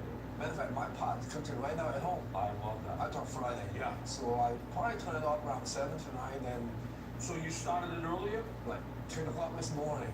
10 o'clock this morning, and it's Yeah. gonna go all day. All day. And then you let it sit overnight? Overnight, then I put it back on. Oh my. Yeah, it's about 5:30 in the morning. We open at 9:30 in the morning. And the wine's already there. I just like 9:30. We open the door. People coming in already. Already. There's no restaurant open 9:30. You know. Do they have a little, Oh, you can drink in the store. Yeah. give me another reason to come? We have 2 tables, a long table.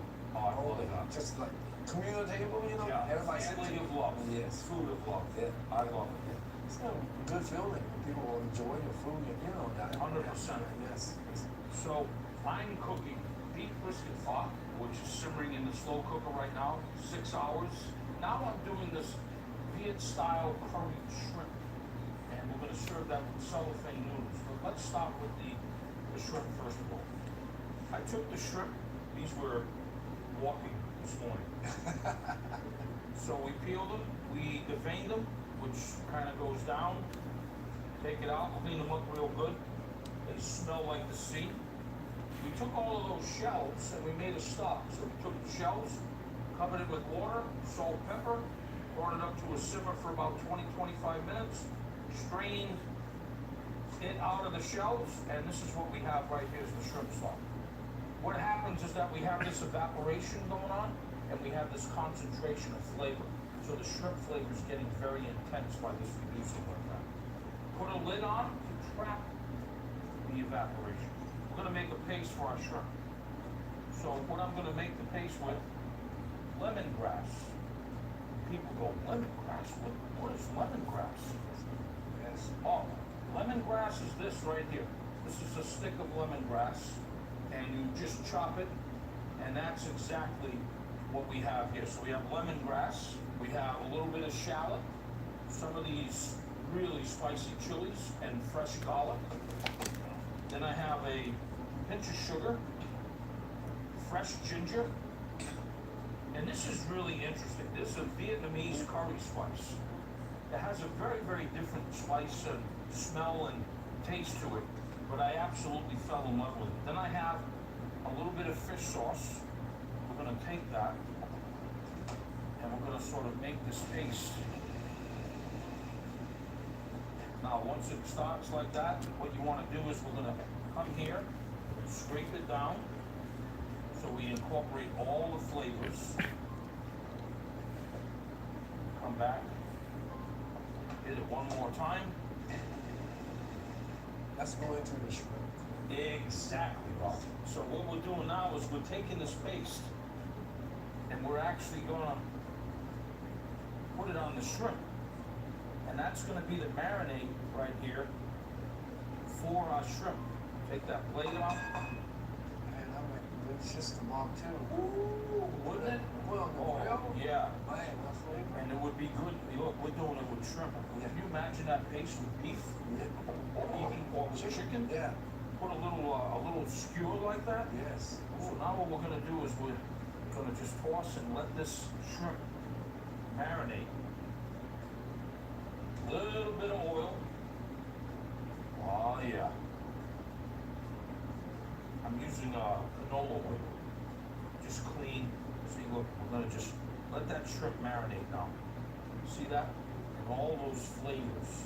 All right, while the shrimp is marinating, we have our stock simmering on, getting intensified. I have coconut milk. I have fish sauce.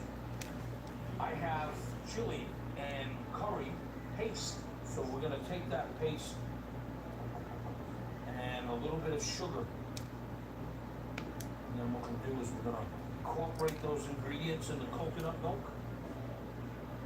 Now, once those ingredients are in the coconut milk, and I have this shrimp stock, so now we're gonna take the coconut milk mixture, and we're gonna add it to our shrimp stock, and we're gonna let this reduce now.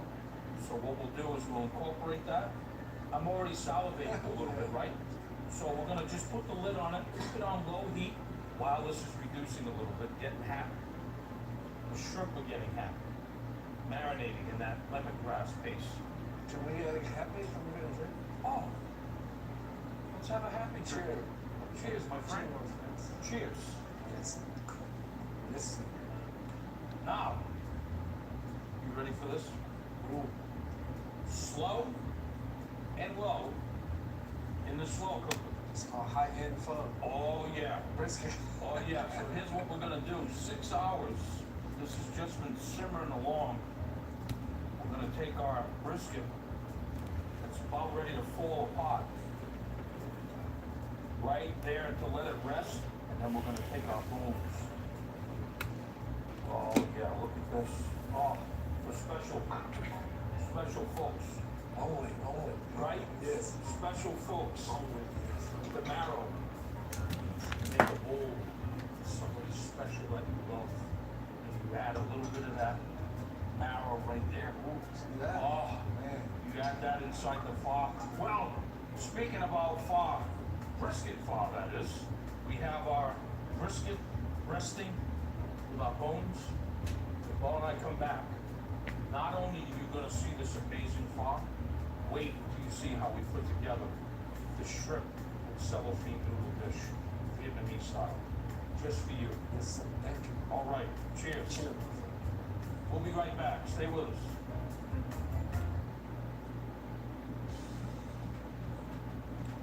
Hey, welcome back. Emerald Cooks here, Emerald Lagasse. My friend is in the house. But now what we're gonna do, we got some peanut oil. And what we're gonna do to that peanut oil on our wok, we're gonna go in with red onion and a julienne of red pepper.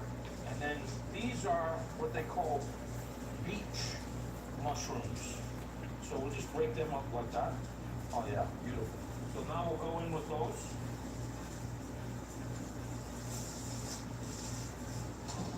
So it's always good to have your wok. It's kind of like the Asian cast iron, and it keeps just getting more and more seasoned. Feel like you don't have enough oil, you add more, no worries. So to that, what we're gonna do is add a little bit of salt. We're gonna add a little bit of pepper. And we're walking and rolling now. Now, I have our broth here with the coconut milk and the shrimp stock. Now to that, what we're gonna do is we're gonna add some green onion. You can smell coconut milk. Some Vietnamese cilantro. Oh, yeah. Gonna let that simmer. Our veg starts to get nice and tasty. Our mushrooms, our onion, our peppers.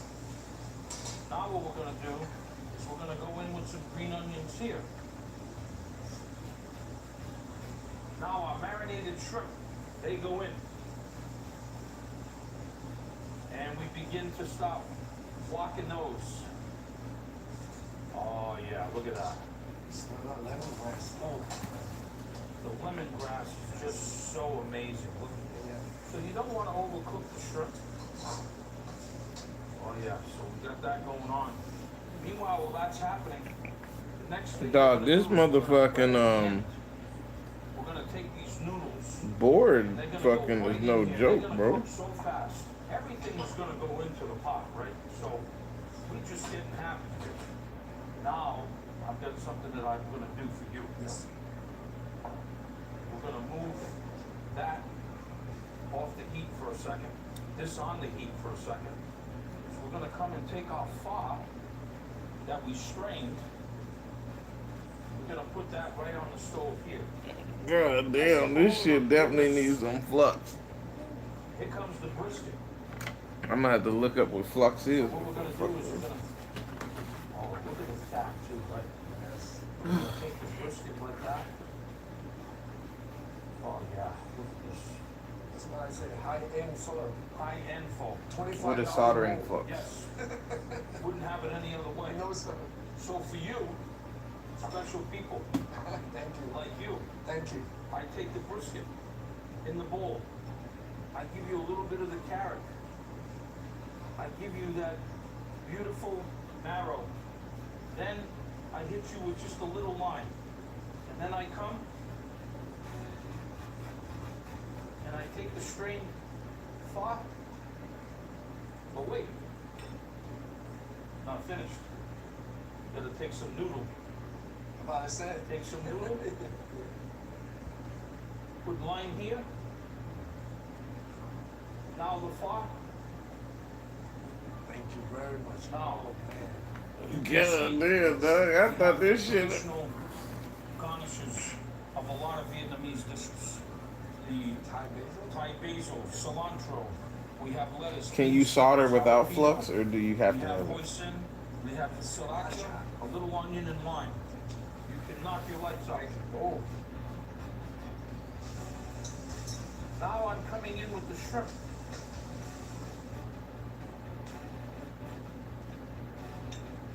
Take some broth. Look at this with the noodles. You go in here. More noodles. You go here. Then more garnish. Thank you, sir. Yes, Thank you very much. You enjoyed me, husband? I'm joining you.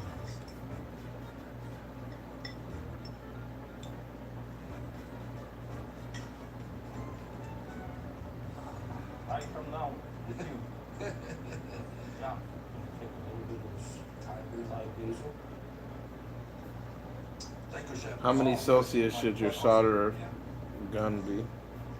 Or iron?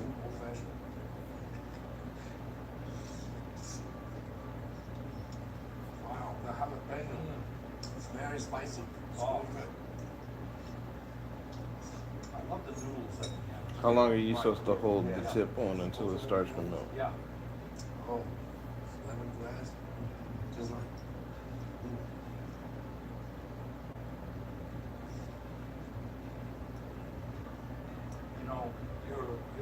deal, and you've been doing it a long time, and all I can say is keep cooking, right? Sure. So Thanks for joining us on Emerald Cooks.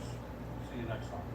What about the pad for the FPV drone? Those two wires on the back, the T90, T60 wires. Bring to your table a little bit of my beef brisket fowl and curried shrimp.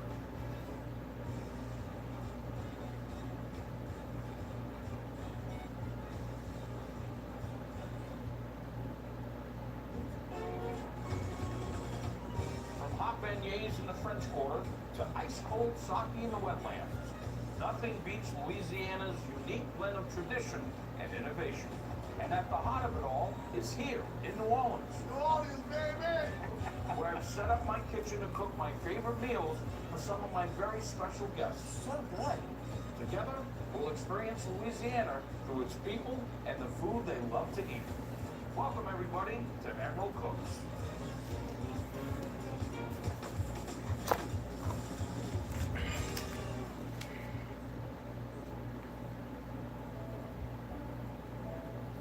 This week, we're heading north of New Orleans to St. Francisville, Louisiana, to meet a young lady who truly lives her life from farm to table.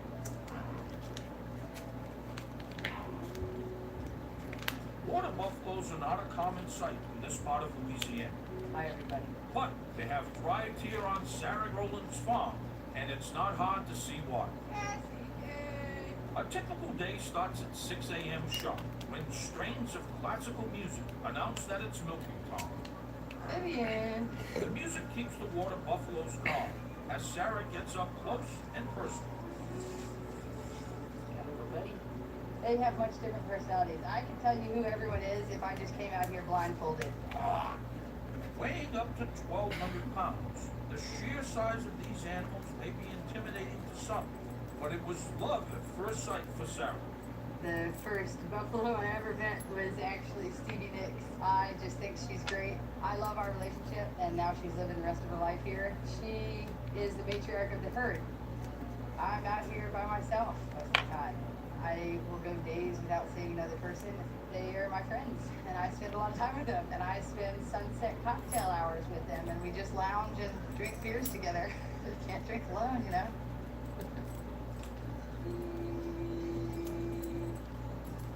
Founded in 2020, Bayou Sarah Farms is the first and only water buffalo dairy in the state of Louisiana. Sarah, along with her loyal herd, now 25 strong, Hi, Stevie. is challenging the big agriculture industry with her grassroots approach. She keeps her farm small, sustainable, and organic. No GMOs, no pesticides ever. At some point in my life, started being more conscious of where my food comes from and realizing that the kind of food that I want is simply not available in the United States. So I figured I needed to grow it myself. And so that's what I'm doing. Though Sarah didn't grow up in a farming family, she's always been drawn to animals, even studying to be a veterinarian before finding her true calling. Now, she's learning as she goes on the farm, and she's learned quite a bit about the water buffalo. They haven't been genetically messed with in the United States like most other animals that are in production for meat or dairy, meaning that they have sound hooves, sound teeth, their eyes are great, they don't have problems with their udders. These are one of the animals that would be able to thrive on their own, just on 100% grass. The milk from this morning is still warm. The texture, rich and smooth. It tastes like a lot cleaner, a lot sweeter, and is a lot more smooth going down. Pasteurized milk just tastes like water to me compared to this. So this is the cream. You can see how thick that is. Here in her kitchen, Sarah works the milk into hearty smoothies, mouth-watering gelato, and creamy cheeses. The cheeses are widely popular with friends and family, but they won't be available to the public until she reaches FDA approval sometime in 2023. A process she finds frustrating. There should be either a specific grocery store that says none of this food is regulated, eat at your own risk, or come to my house. If someone could drive down my driveway and say, you know what, like I see how she's raising these animals, I see how she's milking them, I feel safe eating this product, they should be able to do that. Raw milk has its advocates, but public health experts warn that unpasteurized milk can carry bacteria that cause foodborne illnesses and should be avoided. But there's more to Sarah's farm than water buffaloes. There are pigs, chickens, and geese that help fertilize the land, that supports the blueberry patches and fig trees, that feed the bees, that populate the beehives. For Sarah, sustainability and humane care for animals is paramount. A lot of larger operations are raising food specifically for a profit. With that, I think you lose sight of a lot of things and you end up having less quality of life of the land, less quality in the animal, which in turn gives you less quality in the food. Giving back to the land has become Sarah's life mission, and she won't stop until her farm is 100% sustainable. There's moments in solitude when I do ask, like, what the hell am I doing out here? It doesn't fully permeate to the depths because deep down I know I'm right.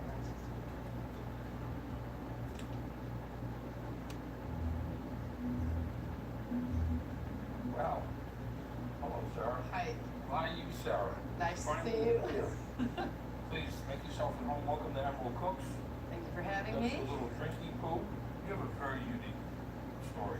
You're a farmer. And your farm is in St. Francis, which is a couple hours from here outside in New Orleans. Beautiful, beautiful place. How did you get into this? I was raised in Baton Rouge growing up. It was spend the weekends on my family's property in St. Francisville. My grandmother bought some land in the 70s. At some point in middle school, we moved out there full time. We raised goats and pigs and just loved it. And then You love animals. love animals. Yeah. And more than people most of the time. Went to college, but always dreamed of having a farm later in life. I just didn't think that it would be an option to farm for a living. I pursued the track to be a veterinarian because I wanted to work with animals. After college, I didn't continue on the vet track. I did recreation management and business, and then graduated, worked for a couple years, and then just decided I wanted to start a farm. Just realized the importance of it, and I was working a job where I was making a lot of money, but I wasn't happy. And so I thought, now's the time. I have the mind and the body to start it, so I jumped right in. How did this water buffalo While I was out in California working on a goat sheep farm, I heard about water buffalo, and my wheels just got turned in. I was like, I need to meet these animals. So then the lady who owned the farm that I worked on set up a little private tour for me at Water Buffalo Farm. I had no idea at the time that I was ever going to actually have water buffalo. I fell in love with them. I was physically driving through Texas somewhere when my mom called and said, hey, there's this piece of land that's for sale. You know, and as soon as I drove down that driveway and it was just for sale, and I saw buffalo, I saw the pond, I just saw it all, and now it's happening. That's awesome. I milk all the buffalo out in the field, so I have a little portable milking parlor, kind of makeshift situation right now, building something else. And so I move this milking parlor around, and they also move around the pastures. They're never on any particular pasture for more than 2 days. And so That's important because you want to change the diet. that and the life cycle of the grass and the life cycle of the insects. You don't use any pesticides, none of that stuff. It's all, Nope. it's all natural. No fertilizer, no So, pesticides, The anything. soil, bugs, flies, that's all super important. Yes, Yeah, because it all makes it 360. yes. Got it. It all starts with the soil. That's the main focus of everything that I'm doing, and the buffalo just are the joy in it. 100%. So you milk the buffalo. Once you make the cheese, you have whey. You don't want to throw that out. So No. we're going to talk a little bit about that because I have some of the whey that you brought. That is the raw milk ferment, which I call clabber, and it is the starting culture to make any kind of cheese. So what do we taste? We can start with the clabber. Okay. So with traditional cheese making, we use this raw clabber, which is fermented. So a little bit of this into today's fresh milk will make whatever is the beginning of any kind of cheese. A little sour. Oh, that's I mean, it is of the earth. really, really good. Let me talk a little bit about before you and I get really crazy, because I can see where this passion is going. We're going to do a roast. So this is water buffalo chuck roast, kind of like a pot roast. We're going to do it in a slow cooker, slow and low. Chuck, whether it's beef or water buffalo, you want to do it slow. You want to braise it slow. We're going to marinate that in your whey. So the whey is the separation when Sarah makes cheese. So we're going to use this whey to marinate the chuck roast. And we're going to marinate that overnight. And then what I'm going to make is I have some tomatoes because they're really super good right now. But I'm gonna make you a blistered tomato caprese salad. Oh boy. So then with the water buffalo roast, I thought maybe we would do some polenta. And we would do maybe some roasted or braised broccoli rabe to go with this. That sounds Because delicious. we want you to not be freaked out at home about water buffalo. So what we're gonna do is we're gonna take our water buffalo roast. Look at that, look how beautiful that is. We're gonna set it inside of a zip bag. Away.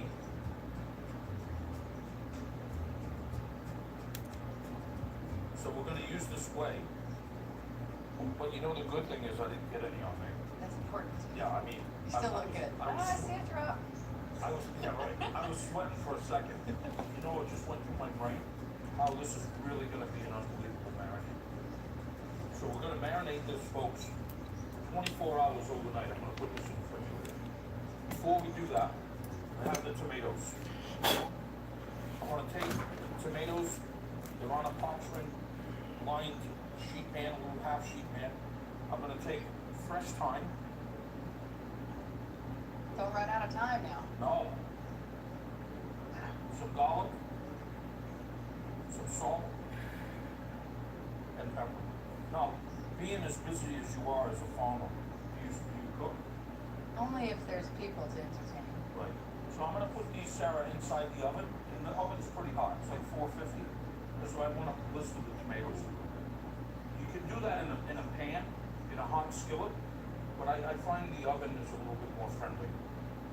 Our water buffalo is marinating in the whey. Blistered tomatoes in the oven. So now what we're gonna do, I have some water, and to the water right now I'm gonna add some milk. Could be water buffalo. Could be. Some butter. Could Bro, be water what the buffalo butter. fuck am I Could doing be wrong? water buffalo butter. And I think it is. I love how you just use it all. Oh yes. You know, polenta has to cook. It's kind of like grits almost, right? I think I'm gonna use some of that cheese in this polenta when they're all said and done with. I think that's a great It idea. will be so delicious. It will be crazy. I put that cheese on everything. Yeah, Eggs well, in the morning. let me tell you something. I'm coming to see you. I need cheese. Hey, Sarah and I will be right back, folks. We got more to talk about water buffalo and her farm and farming. Don't touch the dial. We'll be right back. Welcome back, Emerald Yossi here, Emerald Cooks. While you, Sarah, are in the house, we're talking water buffalo, we're talking chickens, eggs, everything from her farm that she makes. But let's talk about cheese first for a second. Okay. Doesn't really have a name or a style. It's She's kind of. calling it farmers. It's an all-natural experiment. All right. This is very lightly salted. It goes great with honey and any kind of spices. Like if you wanted to So do do I dill. want to have some honey with this? We'll do honey with the other one. This will give you a base taste of just the flavor of the milk itself. It's pretty amazing. Thank you. All right. You want to do the honors? Do you want me to? I will do the honors. So, farmer's cheese Yes. is what you call this. Let's have you try it by itself first. All right. Try that one. Okay. Well. And then do it with honey. Wow. This is the bite, because that was mine. Yes. That is super good. Thank you. It is a dream to have produced this myself. That's Yes. really good. Congratulations. Thank you. This is the water buffalo chuck roast that has marinated 24 hours in Sarah's whey. That would be the separation when you make cheese. You have the solid or the curd, and you have the whey parts. So, curd making the cheese, the whey being used for other things as we use for the marinade. Now, what I'm gonna do, you've seen this before, I'm gonna take the chuck roast here and I'm gonna make some slivers like this. We're gonna slow cook this. See all these nice little slivers that we're gonna do here. It's nice and tender already. Oh yeah, it is tender, look at that, okay, but wow, that it's tender, we're gonna take those slivers now, and we're gonna go inside play this little game that I play called Hide the Dollar. Wow. It's kind of like whack-a-mole on the way Yeah, to yeah. What we're gonna do, put those dollar cloves sliced in there, and we'll use some also for the roast. Alright, so now that we have that, what we're gonna do is we're just gonna, little salt, little pepper. Now what we're gonna do, folks, in this skillet, a little bit of olive oil. What we're gonna do now is we're gonna take and begin to start searing that, getting it brown on one side. While that's happening, we're going in with rosemary. Grow herbs? I do. I love it. I use them for my gelato. I also grow garlic. I love that. I know. I didn't even think about it, but I could have brought you some garlic. I love that. Well, it's gonna be a next time. Okay, so that's searing. And then what we're gonna do, folks, once it's seared, we're gonna go into this pan here, which is gonna be to start slow roasting. So once we get a little sear, I'm searing in the juices here. We're gonna go right in this pot right here. There it goes. There it goes. Now, scrape all those yummies down. Some more garlic. Now we're gonna take a little bit of beef stock. Now what I'm gonna do is I'm gonna take our liquid and garlic, pour over the roast. Beautiful. The thing about this is slow and low, like you and I talked about, right? So folks, now what I'm gonna do is I'm gonna take this, put it in the slow cooker on about medium, high to high. It's gonna take about 6 hours. If you wanna put carrots, you can put carrots. If you wanna put celery, onions, whatever you want in there. Now, while that's happening, I'll listen to me. Dog, what the fuck? Look at that, Sarah. Oh, I'm So what we've done is we got all the flavor. Now I'm just gonna take the thyme pieces out, because you don't really wanna eat that. Out of time. Yeah, out of time. So we'll get rid of those thyme pieces. Now we got the flavor of the thyme in there. And what we'll do now, check this out. We're gonna go right in the bowl with our blistered tomatoes. Oh yeah. Then, to that, I've got some salumi. You can use mortadella, you can use, I just have good old salami. Soon to be butter buffalo salami once we get the aging situation I going. love that, I love that. I'm serious. Shallots, and what's gonna happen is the shallots are gonna slightly cook. Some fresh herbs, just an assortment of herbs. Balsamic vinegar. Some olive oil.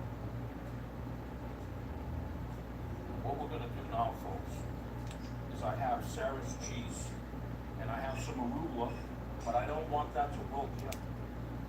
Like pasta. God damn, bro. Cheese in there, it gets I really might have to get some flux, bro. I didn't do that, Yeah. because like you said, there's no artificial. I've stuff in never it. seen a cheese of that texture melt stringy like mozzarella. I love it. So So that's that's why I'm waiting for the pasta. And I don't wanna put the arugula in, because you know, it's gonna do it. That is gonna be the finish. God This damn. incredible blistered tomato, your cheese, caprese pasta, water buffalo roast, slow cooking right now. The blend is made, but it's not finished. We're gonna put it all together when we come back. Sarah and I will show you what this is all about. It's a water buffalo show, folks. It's all about Sarah. Stay with us. Hey, welcome back. Emerald Lugazzi here at Emerald Cooks, and I have my Sarah. First, what we're going to do is we want to finish the fillet. So it's pretty thick right now. We have your water buffalo cream. Look at how thick that is. And then I'm going to turn the heat up a little bit. So we're going to get extra richness with this polenta. Now, before I turn the heat off, I'm taking your fresh cheese, a little bit of Parmesan, but yours is gonna make it nice and creamy. Oh yeah, I'm adding all of it. I'm not messing around. Smart move. Yeah. All right, so our polenta's ready, and now we're gonna put this together. We had the salami, the blistered tomatoes, the shallot, the herbs. Now what we're gonna do is this. And we're gonna add the pasta in here. So the pasta's cooking in from one side, the blistered tomatoes from the other side. And we're gonna go in with a little bit of salt, a little bit of pepper, then arugula. And now what we're gonna do is toss this, wilting the arugula. There comes the blistered tomatoes. A little bit of olive oil, and then more of that delicious cheese. It fits anywhere. Yeah. So we got the cheese now in here. We'll just lightly toss.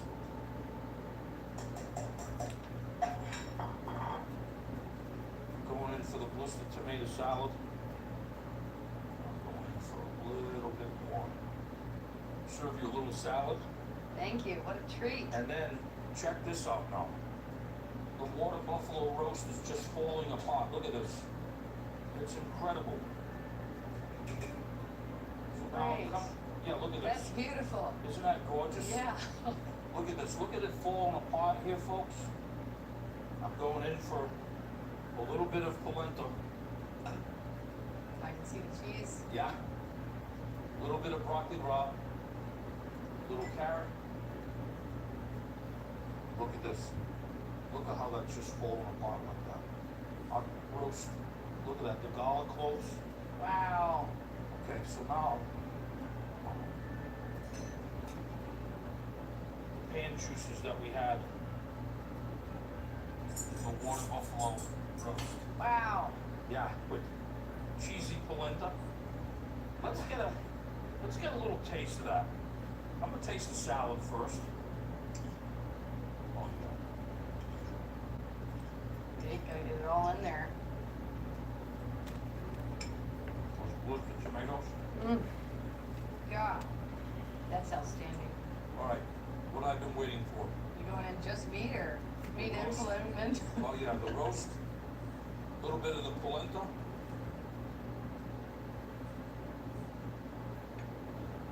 Oh my God. Wow, folks. Well done, sir. This is unbelievable. It's really unbelievable. This is like the dreams of my dreams. And a little bit of that broccoli rabe. And there's something about carrots that I love. Oh my God. It is sinful. You've really outdone yourself here. Now, one of the things that I've been waiting for is you make this unbelievable gelato the old-fashioned way. Oh yes. I let it melt a little bit, but I guess we should start with the full fat situation. Full fat So situation. this is I usually do the gelato with whole milk and then whatever ingredients. So it's basically whole milk, pure Louisiana cane sugar, and egg yolks. This one, You gotta be kidding me. oh yeah, that one is a just cream, just buffalo cream, a couple eggs, a tiny bit of sugar, and some vanilla bean. You have no idea. My whole body just got coated. It's really something. And then this one is the rosemary, which I grow the rosemary, and then whenever I cook it, I have the whole milk, and I steep the rosemary in the milk like a tea, and then add a little bit of pure cane sugar and egg yolks from my farm, and that's it. The blueberry's pretty good too. I had to go back to the water buffalo. Oh no, I have to go back to that The too. gelato is unbelievable, but, This roast. well, folks, there you have it. Maya Sarah, I can't thank you enough. It's been unbelievable. You're unbelievable. Thank you for coming and sharing your passion.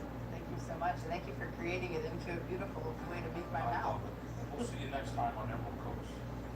So at your next dinner party, skip the beef and pork and give water buffalo a try. Then make a richly braised chuck roast that perfectly pairs with my creamy polenta and fresh caprese salad.